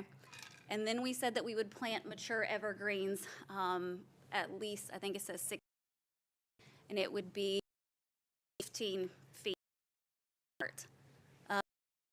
To utilize, and again, improve the community so that we're not parking on Randolph, we're not looking junky on the green grass. We want to keep Daniel Carr, Atlas Automotive. We want to keep his, because like I said, it is thriving. It's creating jobs. He's doing a good job as far as the business. We do not want to disrupt the people that live on Randolph Avenue. We want to be good neighbors, and we want to be within the rules of the city. And we don't want to park cars on the side of Randolph Avenue. That is not ideal for the citizens on Randolph, and it's not ideal for Atlas Automotive. I want to show you what I think, let me mention that on this we are going, I know Justin said it, above and beyond the minimal requirements. With the type of fence and with the tall trees and all of that, we're really, really trying to be flexible and compromise and offer something of better value than just what the minimum requirement would be. This for me is easier. It looks a little elementary. I did it myself. But it shows you where the fence would be. That's the wooden fence. And then the green are all of the evergreen trees. You see the red, which would be the new proposed entrance. Now, I know you can't see it. You can't see the topography on this map, but up against Salisbury Street, fence starts right there. There's a retaining wall. I think it's 28 to 30 inches tall. But as you go backwards towards the back of the chain link fence, it does start to level off. So right now, even today, you can cross through the way that it is. So the grade of the land is conducive for creating an entrance there. They would be grading the land to make it perfectly flat, doing the gravel, adding the fence, and adding. I know we had a question on Monday night about what was between the building and the, so I wanted to. Those are very tiny little red arrows. Between the rear bay, so the part that sticks out back there, to the back property line is 37.8 feet. And then from the side of the building to the other property line, which is the western property line, is 35.4 feet. It's plenty of room to get through there. And they are using that, that space right now to go around. Even with the cars parked there, they can fit a truck through and make the turn. And I know that was a question that was asked on Monday night. We had lots of questions and lots of concerns, so I figured I would just address them while we're here. One of the concerns was one gentleman said, "We planted trees and now they're gone." I don't personally know about the trees, but I'm certainly not calling anyone a liar. I bet that they were there at some point. I don't know what happened to the trees, but I can tell you that part of our conditions is to plant a minimum of 6-foot tall trees, no less than 15 feet apart. I know trees were also planted at the same time around Leo's car wash, and as you could see in one of my previous slides, they don't exist now either. So whatever happened to the trees? One gentleman said that it's not aesthetically pleasing. Again, we're putting up the nicest fence we can. We're planting the trees. We're doing the grading and the graveling. We are going above and beyond all of the minimum requirements. So I guess my question for that would be, what are the recommendations? Once all these things are done, how could we make it more aesthetically pleasing, a parking area more aesthetically pleasing? One lady was on a video and she said, you know, what about the nuisance of adding noise to, we have the one neighbor that butts up to the back that I showed you guys a picture of. In my opinion, the only sound that would be added is if a car was entering the lot at nighttime, but I can't imagine that it would be any louder than a car going by her house on Randolph Avenue. I've heard a lot of, we're trying to clean this area up, not create more headaches or junk. We 100% agree. We do not like it being junky. I don't like driving by and seeing it look junky either. I do know that the owner has applied for abandonment on 4 of those vehicles that are there. The effort is being made, but it has to go through, I guess, the court systems, the legal systems, in order for it to be deemed abandoned. So he's done that on 4 of those vehicles. So 4 of them out there that you see, we just have to go through the legality of getting rid of them. Another one was the tenant hasn't abided by the rules in the past. So what makes you think that he will now? I spoke to the tenant, we've spoke in length, and he tells me, he's like, Jenna, keeping these junk cars, keeping it looking bad, it doesn't benefit Atlas Automotive. And if we can do this new rezoning with the new condition, it would really eliminate any of these code violations. If you had a place to park the cars, there wouldn't be a reason for these code violations. And then another question was, how soon could the project be done? I've spoken with the owner, which is the Allen family. They've been getting fencing quotes, so I know they're ready to move forward. They want to keep a good tenant in there. And overall, Atlas Automotive has been a great tenant. You know, they've done well in business. There hasn't been anything bad going on there as far as the business, so they'd like to keep them there. But Atlas needs more parking. Oh, I wanted to show you a picture. They're actually here tonight. This is the family. That's their little boy standing in between the cars. But again, he's just a small business owner. His business is booming. He has 5 current employees. They work 5 days a week and then every other Saturday during the daytime. Unlike properties in the area, other properties in the area, there have been no drug deals here. No violence, no murders. It's just hardworking people. They're trying to stay within city regulations while servicing customers.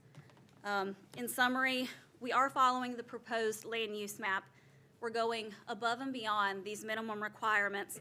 While maybe neighboring properties are not, we aren't trying to do anything to be a detriment to the community. We're simply trying to utilize an empty lot, keep a small business thriving. We're not even asking to put a building, any sort of other business on there. We're simply asking for a parking lot. That's it. I do have the tenant. He and his family are here tonight, and I think there's a couple things that he'd like to say after me, if you guys have any questions for me. I do, so. Yeah. The intended use is not for rental or leasing of cars or selling of cars. I'm sorry? The intended use is not for the leasing or selling of automobiles. No, sir. It's for parking. Yes. Yes, so the conditional use that's on there now is for the sale of vehicles, but that is not what Atlas Automotive does. They do oil changes, brakes, maintenance. I understand. conditional use that was approved was ancillary to the other business for the sale and leasing of automobiles. Yes, sir. And it was for the front lot only, Yes, sir. is that right? Okay. And this proposed use is to gain access through what is currently a residential lot, Correct. and not seek access through the front of the lot as was originally proposed in the conditional zoning approved. Is that correct? Yes, sir. Thank you. That's all. Let me ask this. I know nothing about the automobile business, the garage business, but Allen's Automotive was there for years and years. Yes. And they did the same kind of business, right? Is this? I don't know. The reason I asked was they never used it for any parking lot. I mean, they had everything enclosed, and like I said, they were there for years doing that. You can't do that kind of. He can answer it way Okay. better than I can. That's fine. How you doing? I'm Daniel Carr. So to answer your question, Mike and Brandon, it was just mainly them and one other technician there, so they didn't strive for a lot of business. They were just kind of staying steady. They more worked on your classics and stuff like that versus we work on classics, newer cars, any vehicles really. If we can help you out, we're more than willing to help you out with it. We do have 4 technicians plus myself. So we try to stay really busy. We've been extremely blessed, and we keep a lot of work moving in and out. A lot of the cars don't stay in our lot and stuff like that. It's always a revolving line, but we do stay about 2 weeks booked out. We try to work customers in left and right as we can, especially on like oil changes, little quick stuff. But if you have any struts or something like that on your car, we try to set you an appointment so we're not keeping you as long, or just have you drop the car off with us. Honestly, the lot when we first started wasn't bad at all, but then as we grew, hired more technicians, started more turnaround rates on cars in and out. We started getting a better reputation. We have really good reviews, and we built a business and a name for a business. So now we're just trying to expand a little bit because we're running out of room for parking. And then in today's time also, getting parks and getting stuff is really hard. There's a wait on about 90% of everything. I own 18-wheelers as well, and shipping freight and stuff is like pulling teeth, to be honest. I'm familiar with that a little bit, so, but. So if a car comes in this morning and you need to order struts or something, you might be looking at a week or 2 weeks? If you bring your car in, say you need front struts on it, if I have to look for them and they're not available right now, but say they're 2 days out, or I gotta get them from Atlanta or something like that, it can be a couple days to a week. It may be, but it all depends on my availabilities on parts. So that's when I have to talk to the customer.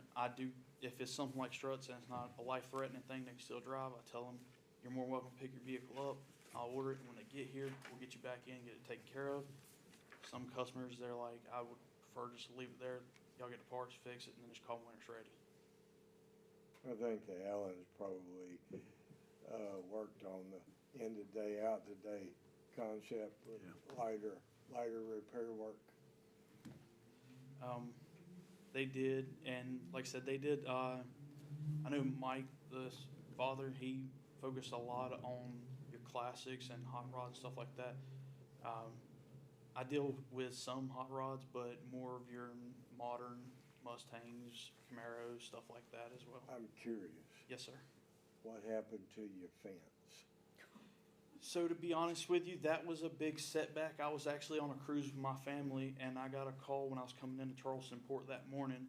I had a customer that was from Raleigh. He's a good friend of mine. He's been a customer of mine for a long time. He had a $130,000 truck at my shop. We just put a $10,000 set of wheels and tires on. It was parked in the lot. Someone overdosed. No, someone overdosed. They wanted it worse than he did. They drove through my fence, tore my gate up, split a light pole in half, and hit his truck head on. I ended up having to cover his truck out of pocket. The car had insurance, and their insurance company would not pay. said they couldn't get in touch with the registered owner, so they were holding off from paying. But I can't tell my customer, hey, your car got damaged on my property. I can't cover anything. So to not end on bad terms or anything, because I still do business with them. The gate was locked and the Yeah, it insurance ripped- company would not pay. Oh, it ripped it all down and everything. Oh. We ended up having to pay for the new Oh, no, gate. I saw it. Yeah. More than once. It took you a while to get that cleaned up. Yeah, it did. I ended up having, that gate was so long that I tried to put it on a 28-foot two-car hauler to take it over to have it fixed where it bent it.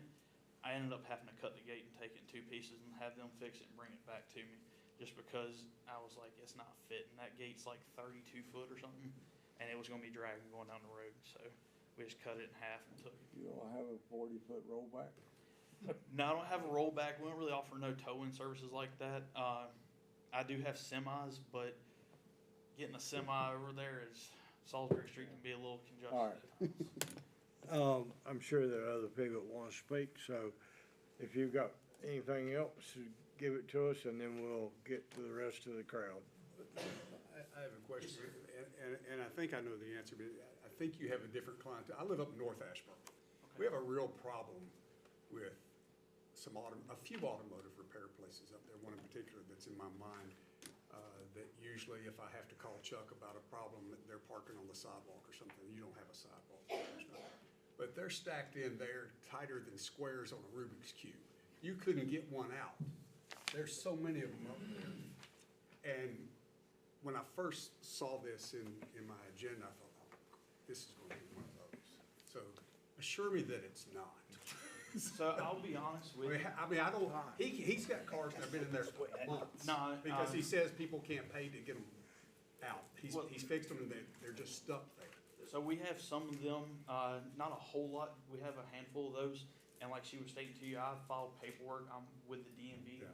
It's a 262 form and a 260 form. I paid for all the paperwork. I'm actually going this week to the courthouse on one of the cars because I'm trying to get titles because I can just send them off to auction and do away with the vehicles and try to recuperate my money, get them out of my way to open up some parking. But we only, like I said, have a handful of them. But if you drive past our shop a lot, you'll see if it's any day during the week, really. There's not really a slow day. Wednesday might be the easiest day for us sometimes because we're about that midweek catch-up. But any day during the week you come by the shop, it's tight, get in and out, don't matter. And I mean, if you drive by at nighttime, you're like, oh, there's like 7 or 8 parking spots open. There ain't nobody out there really and stuff. You drive by about 12 o'clock the next day, you're like, I can't even turn in the parking lot. 90% of my customers says, I love dealing with y'all, you do great work, hate your parking lot. And I understand, I'm used to driving CDL, Class A driver. I'm used to driving in tight areas. I've been up north a lot. So I understand what they mean by they hate it. It's not the best, but I'm better, I would say, at maneuvering in tighter spots like that. So it's not the biggest thing, but I do know appearance is a lot. And if I'm trying to win your business over, the last thing you want to do is try to pull in my lot and can't get in, so you're just going to drive off and say, I'm not going back there. All right. Anyone else in the audience that would like to, are you done? I'm sorry. Yes, sir, you're fine. Okay. Thank you. Anyone else in the audience who would like to address this request? Come on up. Before you get started, I will make note that Jack and Marcy Cooper, which I happen to know that live right across the street on Randolph, left because they're 90-some years old and they couldn't stay out all night. So they were here when we started, but they left at some point. Well, that's good to know. Hey, Doris. Excuse me. This is a petition with the signatures of owners of 16 properties, taxpayers. Just pass them down. In the area of this Randolph and the vicinity. Some of them are here tonight and probably like to talk a little bit. Well, boy, it's been a night, hasn't it? We're not even close. Yeah, I know. So, first, I would like to sincerely thank David Smith, all the city council, and the city staff that are here. And it's sort of symbolic that tonight was John Ogburn's last night as city manager to be here to talk about what I would like to share with you. We all know, everybody in this room, on this side at least, knows that for about 20 years, and John's 24 years, Asheboro has struggled with a lot of challenges to get to where we are today. A former textile and furniture town that lost almost every one of those jobs, and we were all facing some scary times.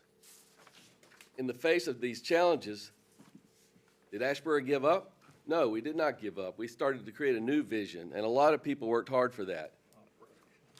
2016, under the leadership of John Ogburn, Asheboro became an all-American city, one of all states that year. It's a pretty big achievement, and that was just the beginning. Our once shuttered downtown, as most of you know, is full of restaurants. Right now, it's probably packed with restaurants, cafes, people out and about and doing things, having fun and spending money. The new Panasonic plant is going to bring 5,000 jobs to our area, well-paying jobs. Asheboro is the kind of place that people want to move to now. And in fact, it's in this spirit that I'll speak for myself.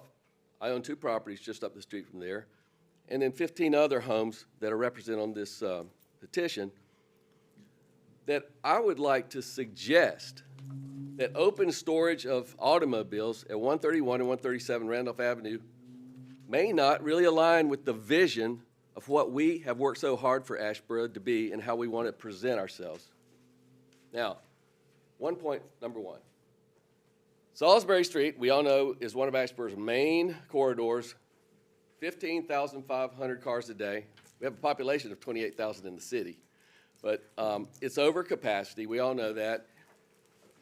Fundamentally, it is sort of surprising. We hadn't heard the fire trucks go by here tonight. That's unusual, and believe me, they go up and down that road several times a day, and the emergency service vehicles. Salisbury Street is very busy, and it's very dangerous. In fact, when I prepared this notes for this today around 3 o'clock in the afternoon at my house, I heard a boom and then another boom. Not unusual, just one more rear-end collision on Salisbury Street. Okay. The applicant's plan to access 131 and 137 by hauling vehicles in and around a cramped driveway would appear foolhardy at best on that hectic intersection. The unauthorized storage at 137 and 131 has already impacted the quality of life for Randolph Avenue folks for the last 3 years. And several homeowners here tonight have expressed concern about how this open storage lot will affect their property value moving forward. Number 2, Salisbury Street truly is a gateway for visitors to our city. The new Ag Center and the new Marriott Hotel, which apparently is a $20 million investment, is right up the road. And if you come out of the new Marriott and you try to figure out what you want to do after you go to the Ag Center, there's a sign that says, downtown shopping this way. It's going to take you right down Salisbury Street. And I ask you, is open storage on Salisbury and Randolph really the vision that we want to project to our new visitors? Finally, the storage of vehicles in an urban environment is known as a temptation for criminal activity. Now, I will say I in no time ever said anything about Atlas Automotive at the zoning meeting on Monday night having anything to do with crime, okay? Or drugs or anything like that. So that was a misinterpretation of any comments that I have made.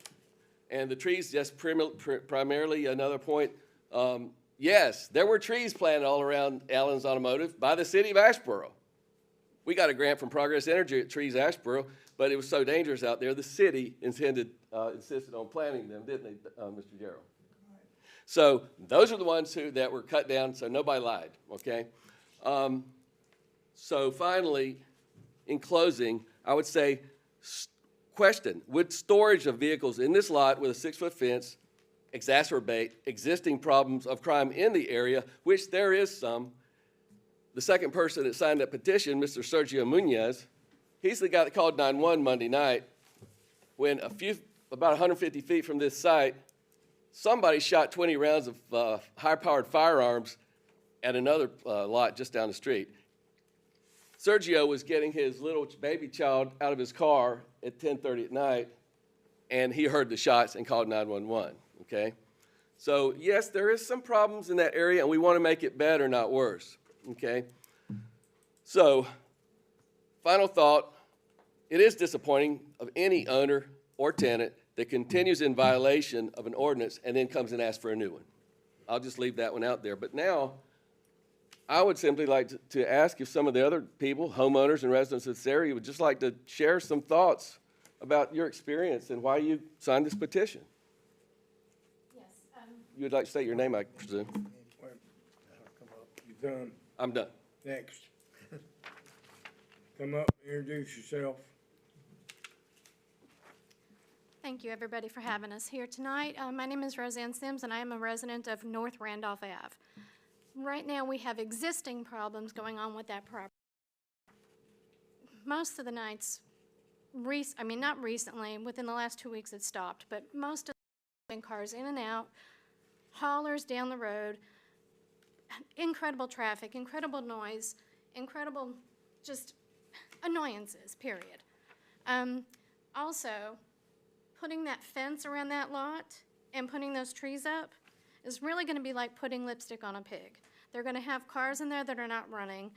That is going to bring the crimes to our side of the street. That is going to make all these cars accessible. 6-foot fence ain't going to stop criminals. It's going to make all that accessible to all the crimes that are going on across the area. Sure, I see the family, that's amazing. The business, I'm so happy they're doing well. I'm glad they want to prosper. It's just not the area. First off, zoning has been violated. Second off, they've had another incident, just to repeat what Mr. George said. They've already shown that they cannot obey by the rules. What's going to change? There's mud. Constantly, when it's raining, they're in and out, mud is all over. They were parking to corner, which makes it hard to come from Salisbury onto the North Randolph. When I'm trying to come home at night, cars are coming out, parking to the end. No license plates on that. I know there is an ordinance about that. I don't know what can be done, but it makes it difficult to come in and out of that street. It's very dangerous. I about got hit. It's just a nuisance. It's lipstick on a pig. I don't think it's going to help. In closing, I believe the crime is going to get worse. I'm happy there's been no drugs. We really don't have record of that, but I just want them to succeed with another way of doing it. The plan is not going to work. A question. There's no curb cut there on Randolph. Are they driving across the curb? There is a curb cut, a little one.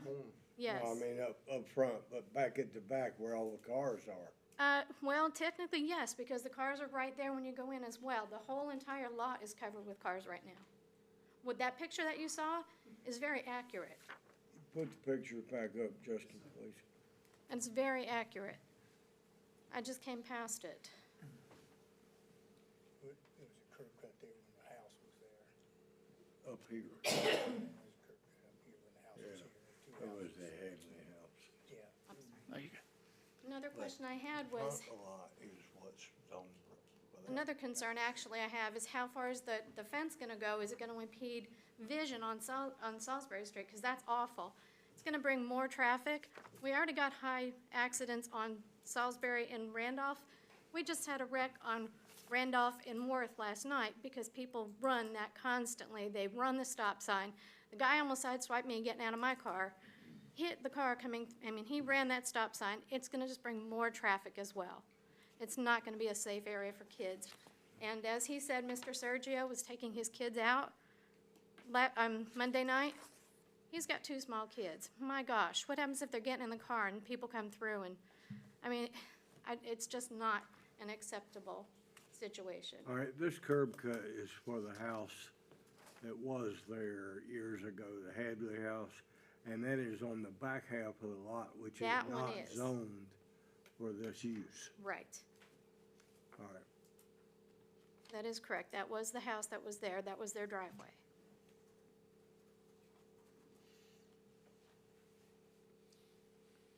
You got another picture. How about the picture with the cars in the lot? There. There's your curb cut. There's your curb cut right close to the road. Was it Danny? Is that Daniel? Daniel? Yes, sir. You let that get out of hand. Yes, sir. That picture right there was actually taken right after the snow happened. My truck got stuck right there. I come in on a Friday from picking up that car and a Jeep. Well, that'll sure do it. There's the flatbed.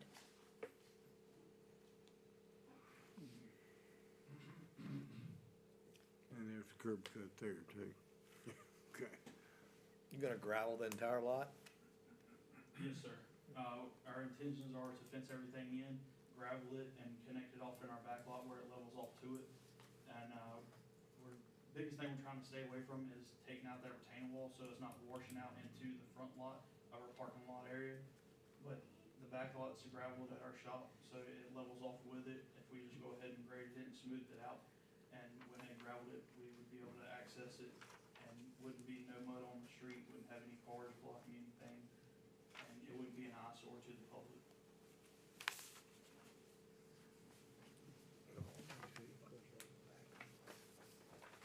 Yeah, most of them, yeah.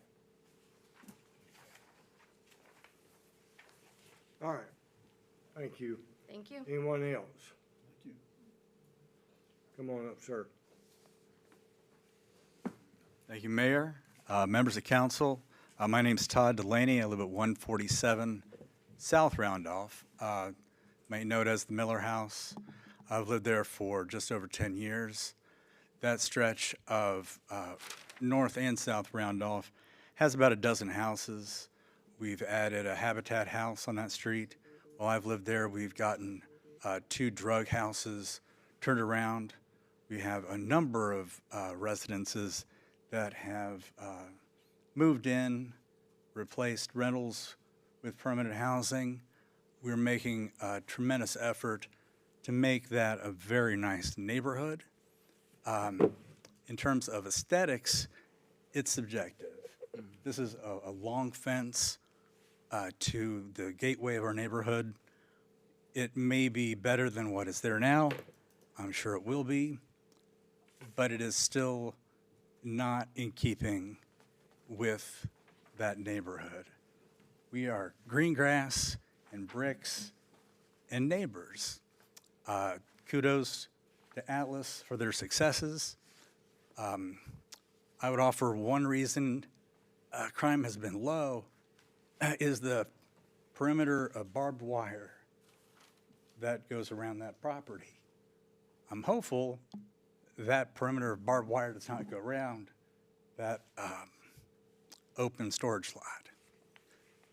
I have gone around Asheboro looking for similar auto places in neighborhoods. I haven't found one doing it well. And I'm hopeful if this goes through, it's wonderful, it's a panacea, but I don't see it yet. Thank you. Thank you, Mr. Delaney. Ellen used to do it, used to be. Anyone else?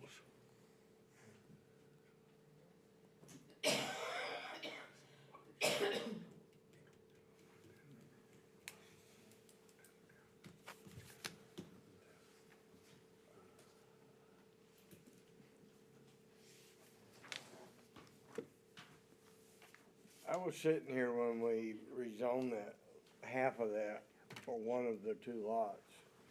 I've been sitting here a long time.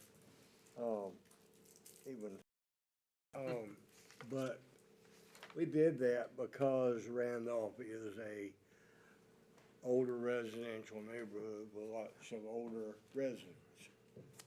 And we tried to give the Allen something they could work with on the front half of the lot, and at the same time respect the neighbors who have invested in that neighborhood. Sure, at this point, some of them are rent houses, but some of them are probably not. And back then, I would say very few of them were rent houses. So you had the front half of the lot at your disposal. But that picture we just had up there a minute ago showed just about all the vehicles on the back half of the lot. If I may. Please do. Tell me I'm wrong here. I mean, just convince me that So the front half of the lot, that was all rezoning and stuff from the Allens before I was ever there. Like Jenna was saying, they were looking into doing a car lot on it. Originally, we did have some cars parked there. Zoning come out and said you can't park anything here unless it's car lot stuff and all this has to be fenced and stuff. And that is when I talked with the Allens on it and stuff. He said, we'll go ahead and see about trying to get it rezoned so it's not a conditional zoning on just car lot. So we'd be able to use it then for parking as well. And we all talked about it and stuff, but when we come before, they didn't really want us having any kind of exits onto Randolph Street. I understand that and can respect that. So we try to come to agreements on things to compromise. Like, we're trying to be flexible as possible, but we still want to respect the neighbors and respect the community.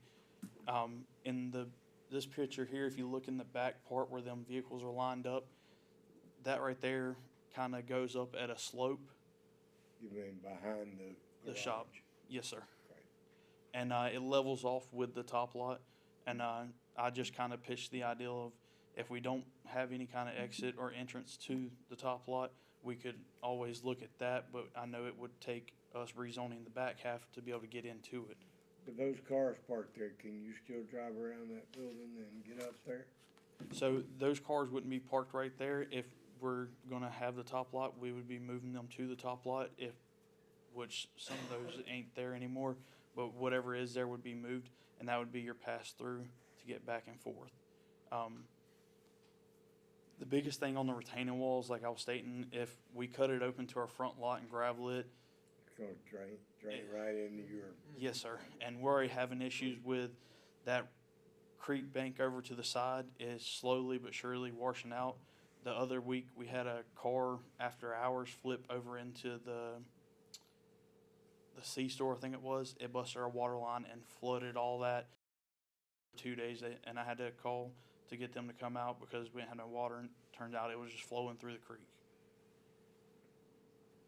And now we got a little bit of washout. Always something. Go ahead, Jenna.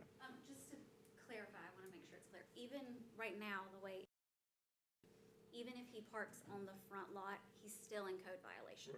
Because they're not for sale. They're not for sale. So no matter where he parks on there, he's in code violation. Or if he parks on Randolph Avenue, it bothers the neighbors, it cuts off when they can, and I get that. If he's parked all the way to the end and you try to make that right into Randolph Avenue, there's not enough space. So you're not in the automotive selling business. I'm looking into it, but it's not something that I really. Takes more capital. Yeah, it can, unless you got some really good credit. And I mean, I'm only 25, and I'm just trying to really stay hard at it. And I got 2 kids, and I mean, I got a family to feed. I'm not trying to become a millionaire overnight, but I am trying to be honest and do good, hard work. And I enjoy automotive work. I was a mechanic for a long time, got out of it, got into doing 18-wheelers, driving trucks, and I ended up stepping back into the mechanic field. And I don't know, it's something I always kind of fall back into. I can take a break for a little bit, but it pulls me back. I understand. All right. Thank you. Anybody else that would like to address council? We spent a lot of time on this tonight, trying to give the council some options and be fair to the business owner and the neighborhood. And it's never as easy as it seems. If there's no one else that wants to speak, I'll ask the council for whatever their thoughts might be. Well, Mayor, I was here when we did the conditional zoning before, and it was over great angst that we approved it, as I recall, because of the close proximity to the residential. And that was before we added this additional residential lot to the mix. It was there to accommodate the request of the applicant at that time, for his ancillary business that he says was instrumental in the operation of his concern at that time, and we approved a conditional use for the purposes for which he indicated he needed it, and with the conditions that were amenable at that time to have access, not on the residential lot, but on the conditional zone lot, and not on Salisbury and not on Randolph. We were trying to accommodate that request while being deferential to the residents of Randolph, and I thought we had, reached as best a decision as we could. And I think the extension of this into the adjoining currently residential zoned lot, and not for the purposes of sale, and not for the purposes of lease, but just the storage of open vehicles, would not be favorable, and that would be my vote. I would move to deny the request. I'll just say that, since I've been sitting up here these last 3+ years, I've learned a lot. And one thing I've learned from our mayor, and you've said this before, is sometimes something just isn't the right thing for a space. And I feel really strongly that this is not the right thing for this space, period. So I would vote to deny also. All right, well, if I'm not mistaken, I think I just got a motion here, did I not? Yes. Had a motion to deny. Is there a second? Second. Can I, Second, Ms. Heath. Mr. Mayor, can we ask, just as far as with the motion, that this is not inconsistent? So the consistency statement was prepared by the staff in support. I can draw from the motion that you disagree with the staff. Is there a preference you'd like articulated for the consistency statement purposes? You're looking at him, right? Yes. Person who made the motion. Yeah. I don't think that the addition of the rezoning request to the residential lot is consistent with the proposed land use map. I think that is to the extent that it abuts Salisbury Street. And so I would say that is, as it addresses the addition of the current residential lot, that it is not consistent with our goals and policies. I think he is reweighted 2.1.5. Yes.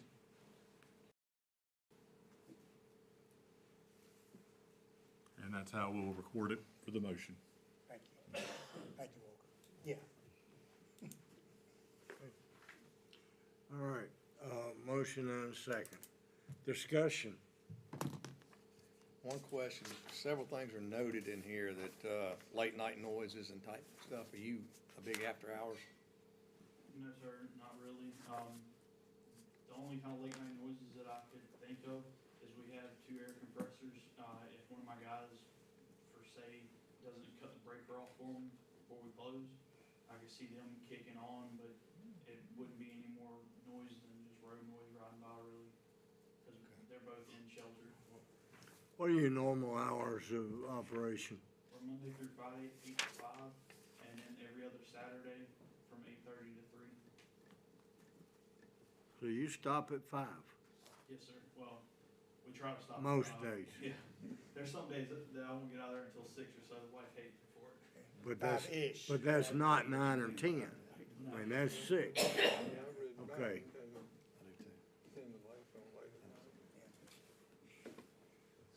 I think the thing that gives me angst is the size of the space. Started something with that word. In a residential area. And knowing that you're talking about putting lights up over the lot, I assume the lot's gonna be lit at night for safety purposes or for protecting the property there. I can't agree with that. Like I say, just not the right place for that kind of operation. Any comments down here?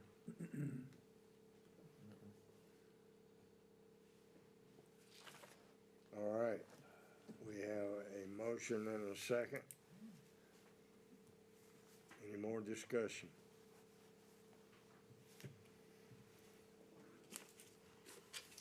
Call for a vote. All in favor of denial? All in favor of approving the motion to deny? Say aye. Aye. It's gonna call for a show of hands. Those opposed, those voting in favor of the motion to deny, raise your hand. Okay, that's 6, that's 7. That's anonymous. I mean, it's hard. This gentleman's a hard-working man. I hate to vote against him, to be honest with you. Well, that's it. We gotta figure out some way to accommodate, this gentleman and his business because, you know, that's the, Well, whether it's a, that's the lifeblood of our community, is small business. Is there like some kind of compromising that we could work with on? I think we're trying to compliment you on your business as I've grown this facility. Okay, you just got, a denial.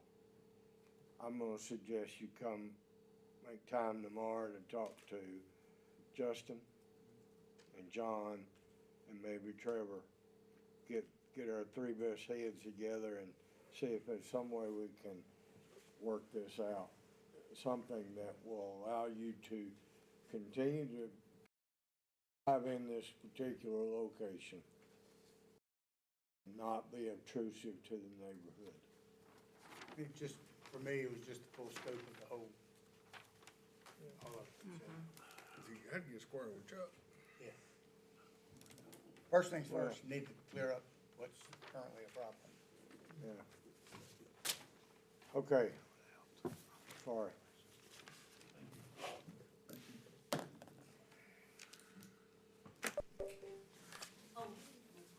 It's okay. City just went dark. Thanks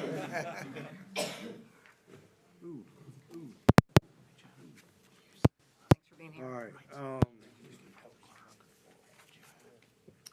item 13C.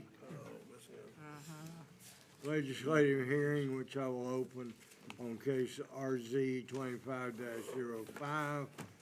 Request to rezone property located at 4512 US 220 Business North.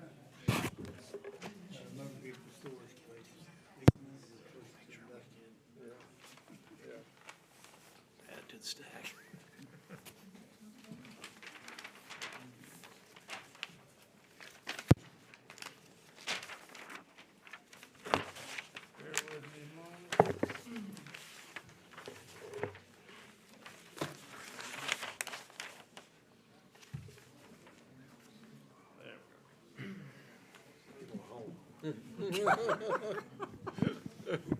Better not be.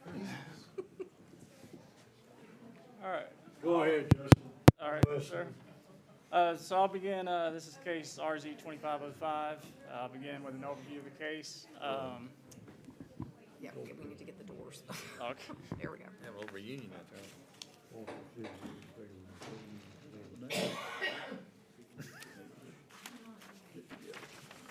Sorry, Justin. Thank you. Oh, you're fine. Okay, the applicant for this case is QAR Holding LLC. The request is to rezone one property, which is 4512 US Highway 220 Business North. That's one PIN number. Rezone to I-1 conditional zoning for vehicle towing operation and storage with motor vehicle repair major uses. A little less than half an acre. The existing land use of this is vacant.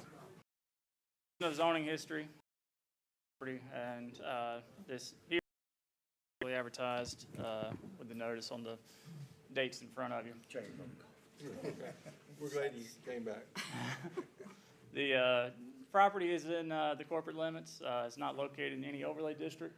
City utilities are available. US Highway 220 Business North is a boulevard. Idlewild Drive, which is the corner street, is a local street. Both are state maintained. Average traffic count for this part of Highway 220 business is 8,900 cars a day. That is below capacity and actually has dropped over the last few years. There is a planned transportation improvement project for this area to widen 220 business north to multi-lanes, but that is unfunded.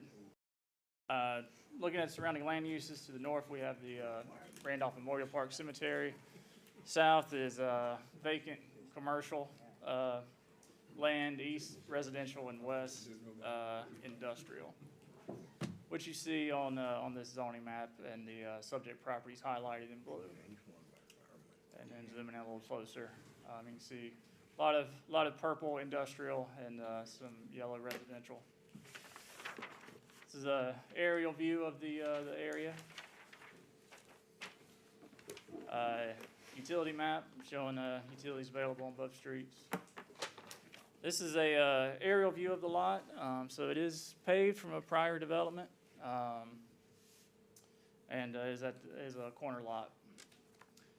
This is 220 business looking south towards Pine View. This would be looking north towards the cemetery, Randleman. This would be looking at the subject lot. So there are 3 curb cuts existing. This is looking at the subject lot from Idlewild. This would be looking up Idlewild. And then this is again looking at the subject property from Idlewild. This gives you an idea of some existing vegetation that runs along the property line between this property and the adjoining residence. And one last one looking up Idlewild. So again, proposed use, motor vehicle repair major and vehicle towing operation and storage facility. In your packet is the statement of intent for your reference. We've also included zoning ordinance definitions for those uses. So about those. Both uses are permitted by right in the I-1 district. They are subject to some supplemental use regulations. Significant portion of the property, as you saw from the image, is already paid from a previous development. DOT has been heavily involved in the review of this site plan and have concluded their review and found it eligible for a driveway permit. One of the big features of that DOT comment was the existing 3 driveway cuts. One, they have to use and repave. That's the northern cut furthest away from Idlewild. Closest to Idlewild will be decommissioned, and then the existing driveway cut on Idlewild will be gated and limited to exit only. The applicant on the site plan proposes a metal building with 3 garage bays, around 1,900 square feet, plus around 5,000 square feet for an office area, 24,000. Already proposed for the entire 220 Business North, which is a material in compliance with the general industrial design standards. The applicant proposes hours of operations from 8 a.m. to 5 p.m. for the motor vehicle repair major use, but no restrictions on hours of operation for the towing operation and storage facility. This site plan did quite change a bit from its original presentation to the planning board. Again, DOT comment and the planning board's comments led to many of those changes. As we get ready to look at the site plan, we'll pull out some modifications to the standard ordinance requirements you'll see. The first 2 really speak to the location of screening and the storage area. Typically, screens require evergreen trees planted on property. And the supplemental standards for the towing operation or towing storage use requires typically a 25-foot setback from any residentially zoned property.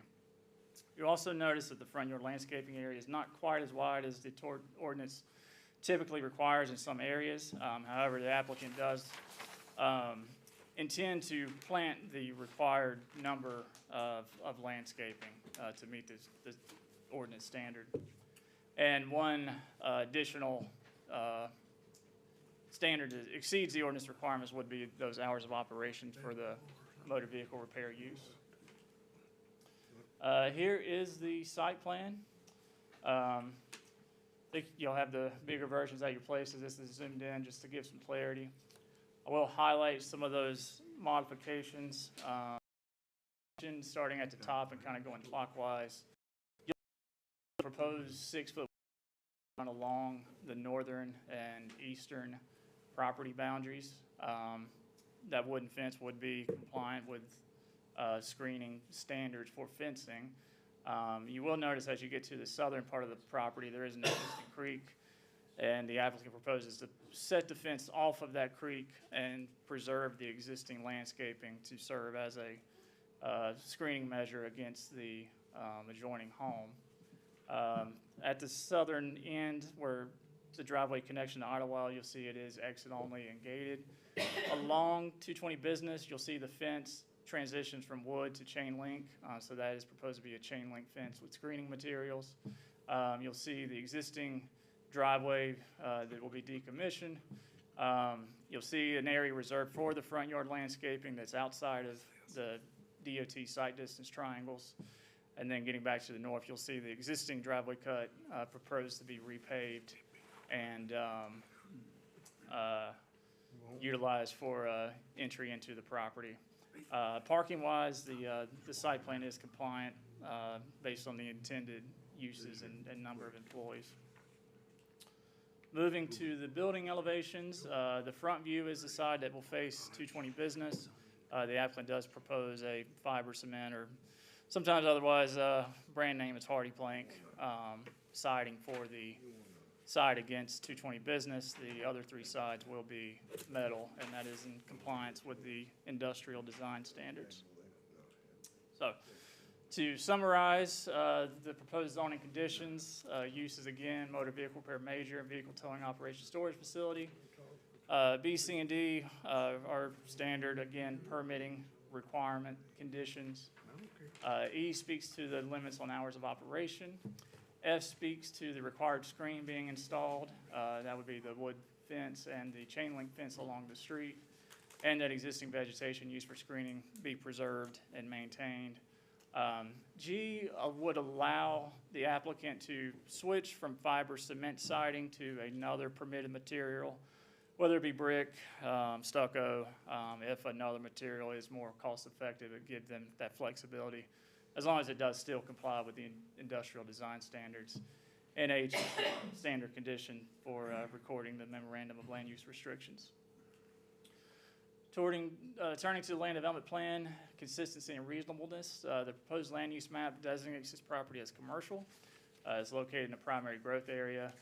So there are goals such as compliance with the growth strategy map. This would be an adaptive reuse of a vacant lot. And there are no environmental hazards. Despite the creek, there is no flood zone or anything of that nature. Goals and policies not supporting the request. It is not compliant with the proposed land use map, being that it's designated as commercial. And again, the plan does reference policies with having transitional land uses between high-intensity industrial and residential. Given all of that, the planning board and staff recommendation is to approve attaching the conditions as summarized. The planning board adopted the following plan consistency and reasonableness statements. Generally speaking, to the reuse of a long-standing vacant lot in a primary growth strategy area. Also, the lot does have some conditions that speak to fencing and screening from the neighboring property owner. It would allow the property owner to utilize a long-standing vacant lot, and there are a lot of industrial zoning and uses in the immediate area. So I'll be happy to answer any questions the board may have. Again, your action items are adopt a plan, consistency and reasonableness statements, and approve or deny the zoning map amendment. If the board does wish to approve, attaching the conditions as summarized or with modification. Questions? I did have one about, you said that the hours of, that they would be open is 8 to 5. What about the towing situation? Would they be allowed at only 8 to 5 too, or towing anytime? They would not be limited on hours of operation. That is what the applicant is proposing. So only the repair shop would have limits on hours of operation. I was thinking. Yeah, if you're on the towing rotation, you pretty much have to go when they call you.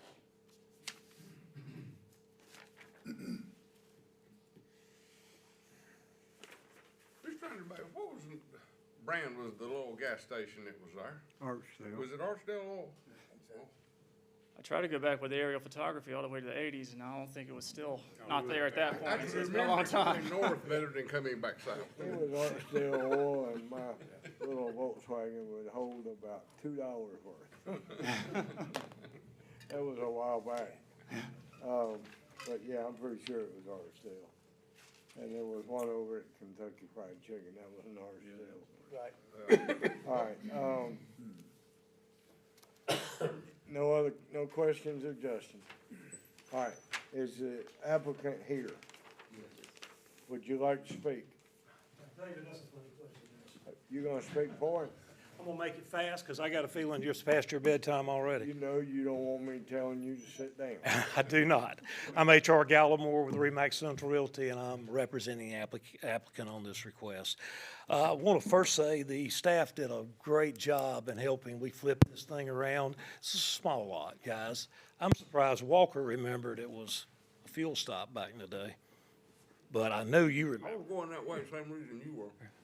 You're younger than me. You're younger than me. Why were we driving up that way? So we can drive back. So on a more serious, Snow White. now you're telling on yourself. On a more serious note, we worked really hard in changing this diagram around. And in answer to some questions, to Bill's question, this will be a certified tow zone with DOT or the State Highway Patrol, and you have to get in the rotation, as David said, and when they call, you come. And just to make a small point, and your earlier issues tonight, which it could come up, I hope not, I don't like bleed over. This applicant has a number of other locations. We're not gonna have we got too many cars and what are we gonna do with them scenario. Just wanted to clear the air on that to begin with. I think this lot, needs to be utilized for something. It's been nothing for years. I've seen a few flea and a few food trucks, but I haven't seen it utilized. I think it's a great plan. I think I think you saw the elevations. It'll improve the look of that particular location. And, you know, that whole corridor is it's a mixed bag of a lot of things. You saw the storage buildings across the street. There's a lot of industry. We see restaurants and convenience stores and apartments and a few trailers here and this, that, and the other. But I do believe that it will be a better look for what's there. I think we've worked really hard at making it fit within the conditions that the city normally looks for. And so I would ask and recommend this council approve it if you can. I'd like to leave my time open if there are any concerns that I can answer. Short enough for you, David? Short enough. Questions?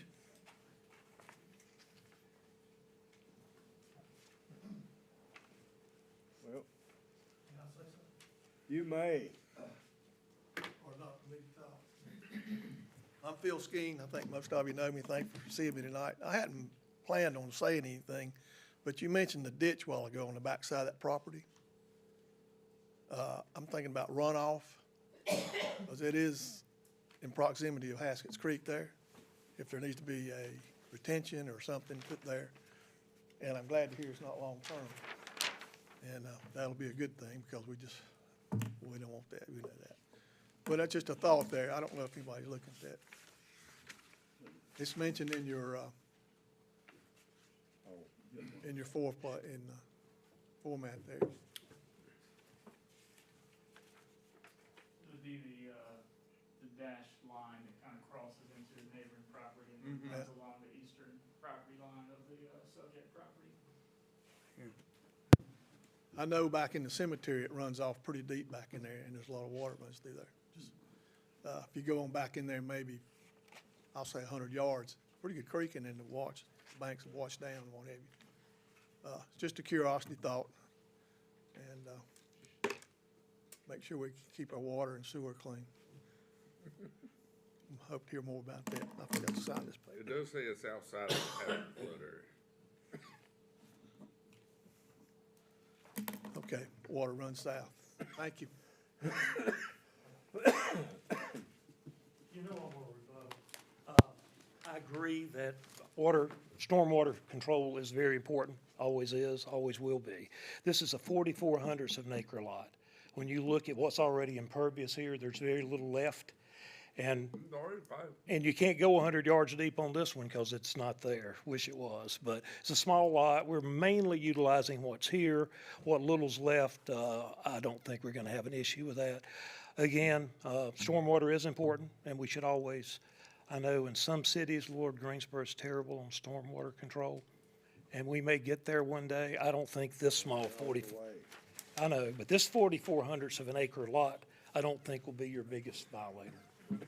We have the advantage of it's practically 100% impervious surface. Well, that's my point. That's my point. We just don't, this is a small parcel already being utilized, and it's got asphalt on it, so just wanted to say. Any other questions? Questions? Yes, sir. Come on up. Introduce yourself. Waiting all night for this. I am Frederick Walter Borchert IV, for the record, but everybody calls me Rick. I am the owner and sole proprietor of A&R Contracting LLC, which owns 2 of the 3 adjacent properties, including the house. So, you know, we can look at the minutes from the last hour of the people worried about Atlas Automotive. The only really concerns I have is a towing company hauling cars in and out, 3 a.m. hooking books. The master bedroom sits on that end of the house. If they're on those rotations, that is a problem. It's a bit of a problem for me. The second concern I have is if it's going to be gated, I'm assuming they're going to have some kind of security lights. Again, the master bedroom, those 2, you see the 2 windows right there, that's master bedroom, master bath, is right there where those security lights and stuff are going to be to illuminate that back lot. So I'd ask that they use blue lights or something a little less. Our lighting code requirements specify that they not spill over the property line. Okay. They will be the kind that are. All right. I'm a residential builder, not commercial. Well, we're very attuned to light pollution, All right. and our code does address that with directional lighting. Okay. The kinds that maybe like street lights that shine on the street and not the yard. Yeah. That type of thing. Yeah. So that, I think we can handle that in-house, Excellent. but you go right ahead. No, because looking at the map he was talking about, it's a cut, or it's a drive around to the backside with a gate on the Idlewild side. So it only makes sense there's going to be lights and stuff over there. When you go back to that plot, that corner, that runoff creek runs down through the property line. Are they going to try to put a fence across the creek into that back lot? Because we maintain all of that. We maintain everything on the other side of that runoff ditch. So I'm just curious, are they going to try to put a fence across that ditch, or are they going to stop the fence on the other side of the ditch? It says parallel to the top of the creek bank. I'm sorry? It said parallel to the top of the creek bank. Okay, so they're just going to abandon that corner? Looks like it. It looked like it. Okay. Mr. Gallimore, Yes.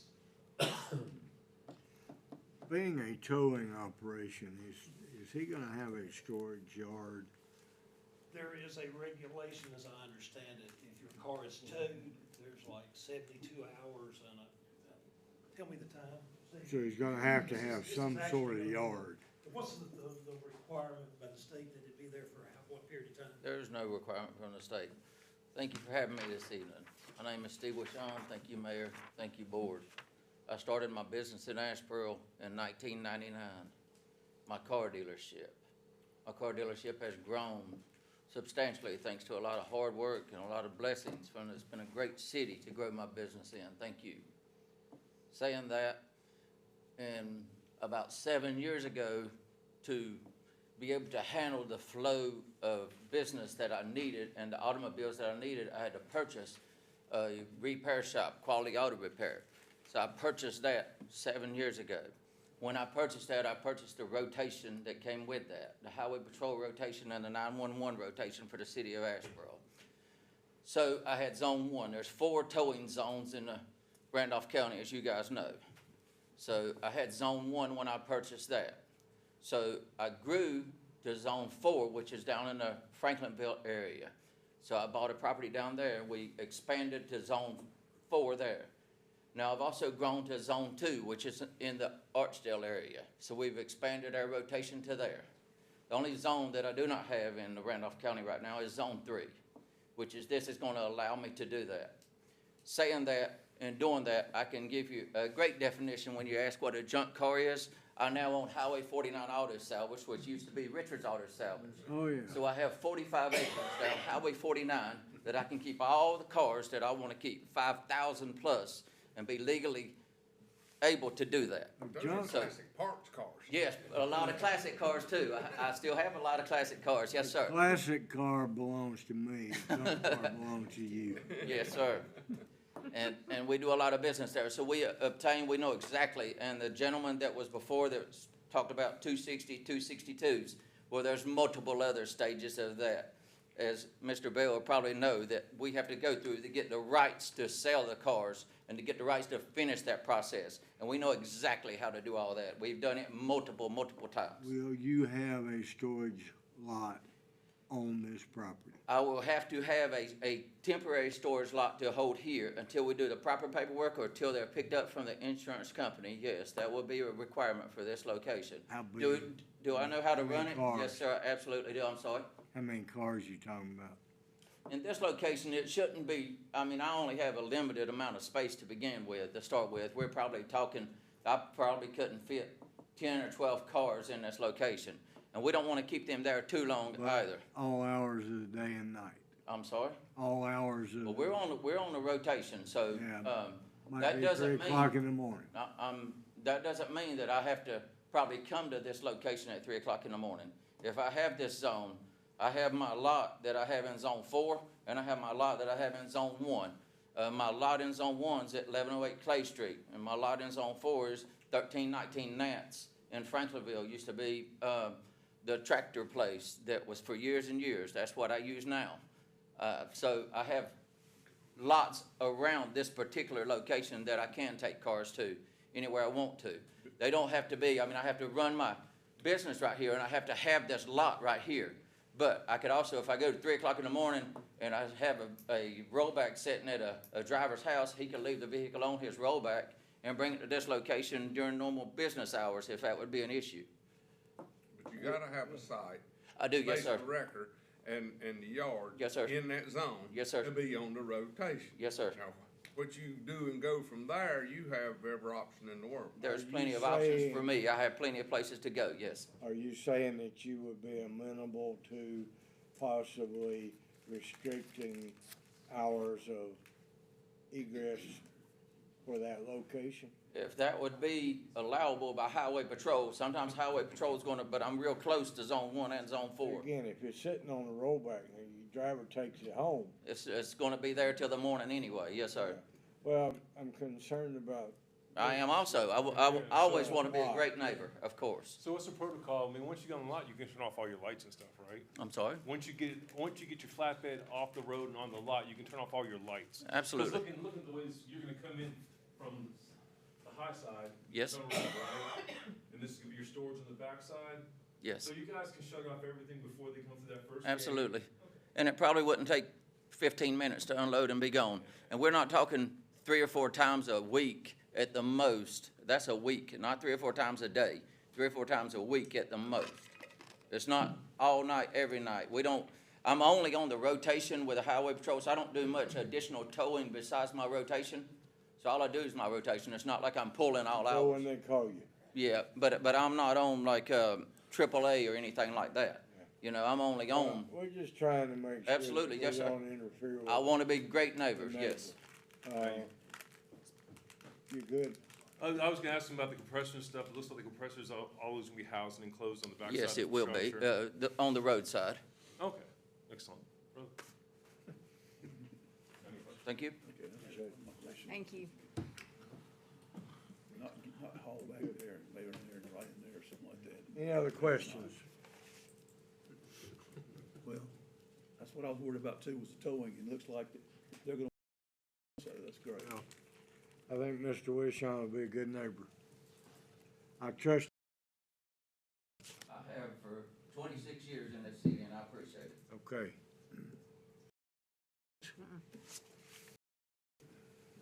All right, council.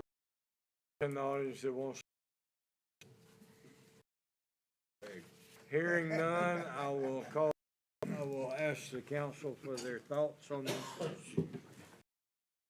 Mayor, based on the consistency statement provided by staff, approve the consistency and the additional zone.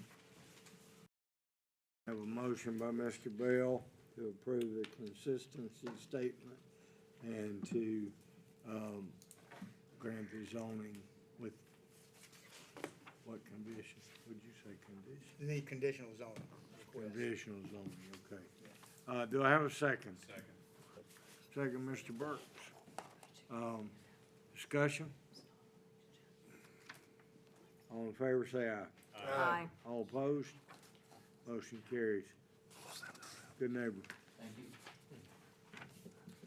Mr. Mayor, Yes. would you entertain a motion after 4 hours and 13 minutes to have a brief recess of, say, about 10 minutes? Yes. Since we got about 2 more Second. hours. Second. All All in right. favor, aye. Yeah, let's, do I need a motion for that? You can take a recess. No, I think you could. I can take a recess. Well, I'm taking recess. I just want to stir it up. All right, 5 minutes. I think this was a consensus.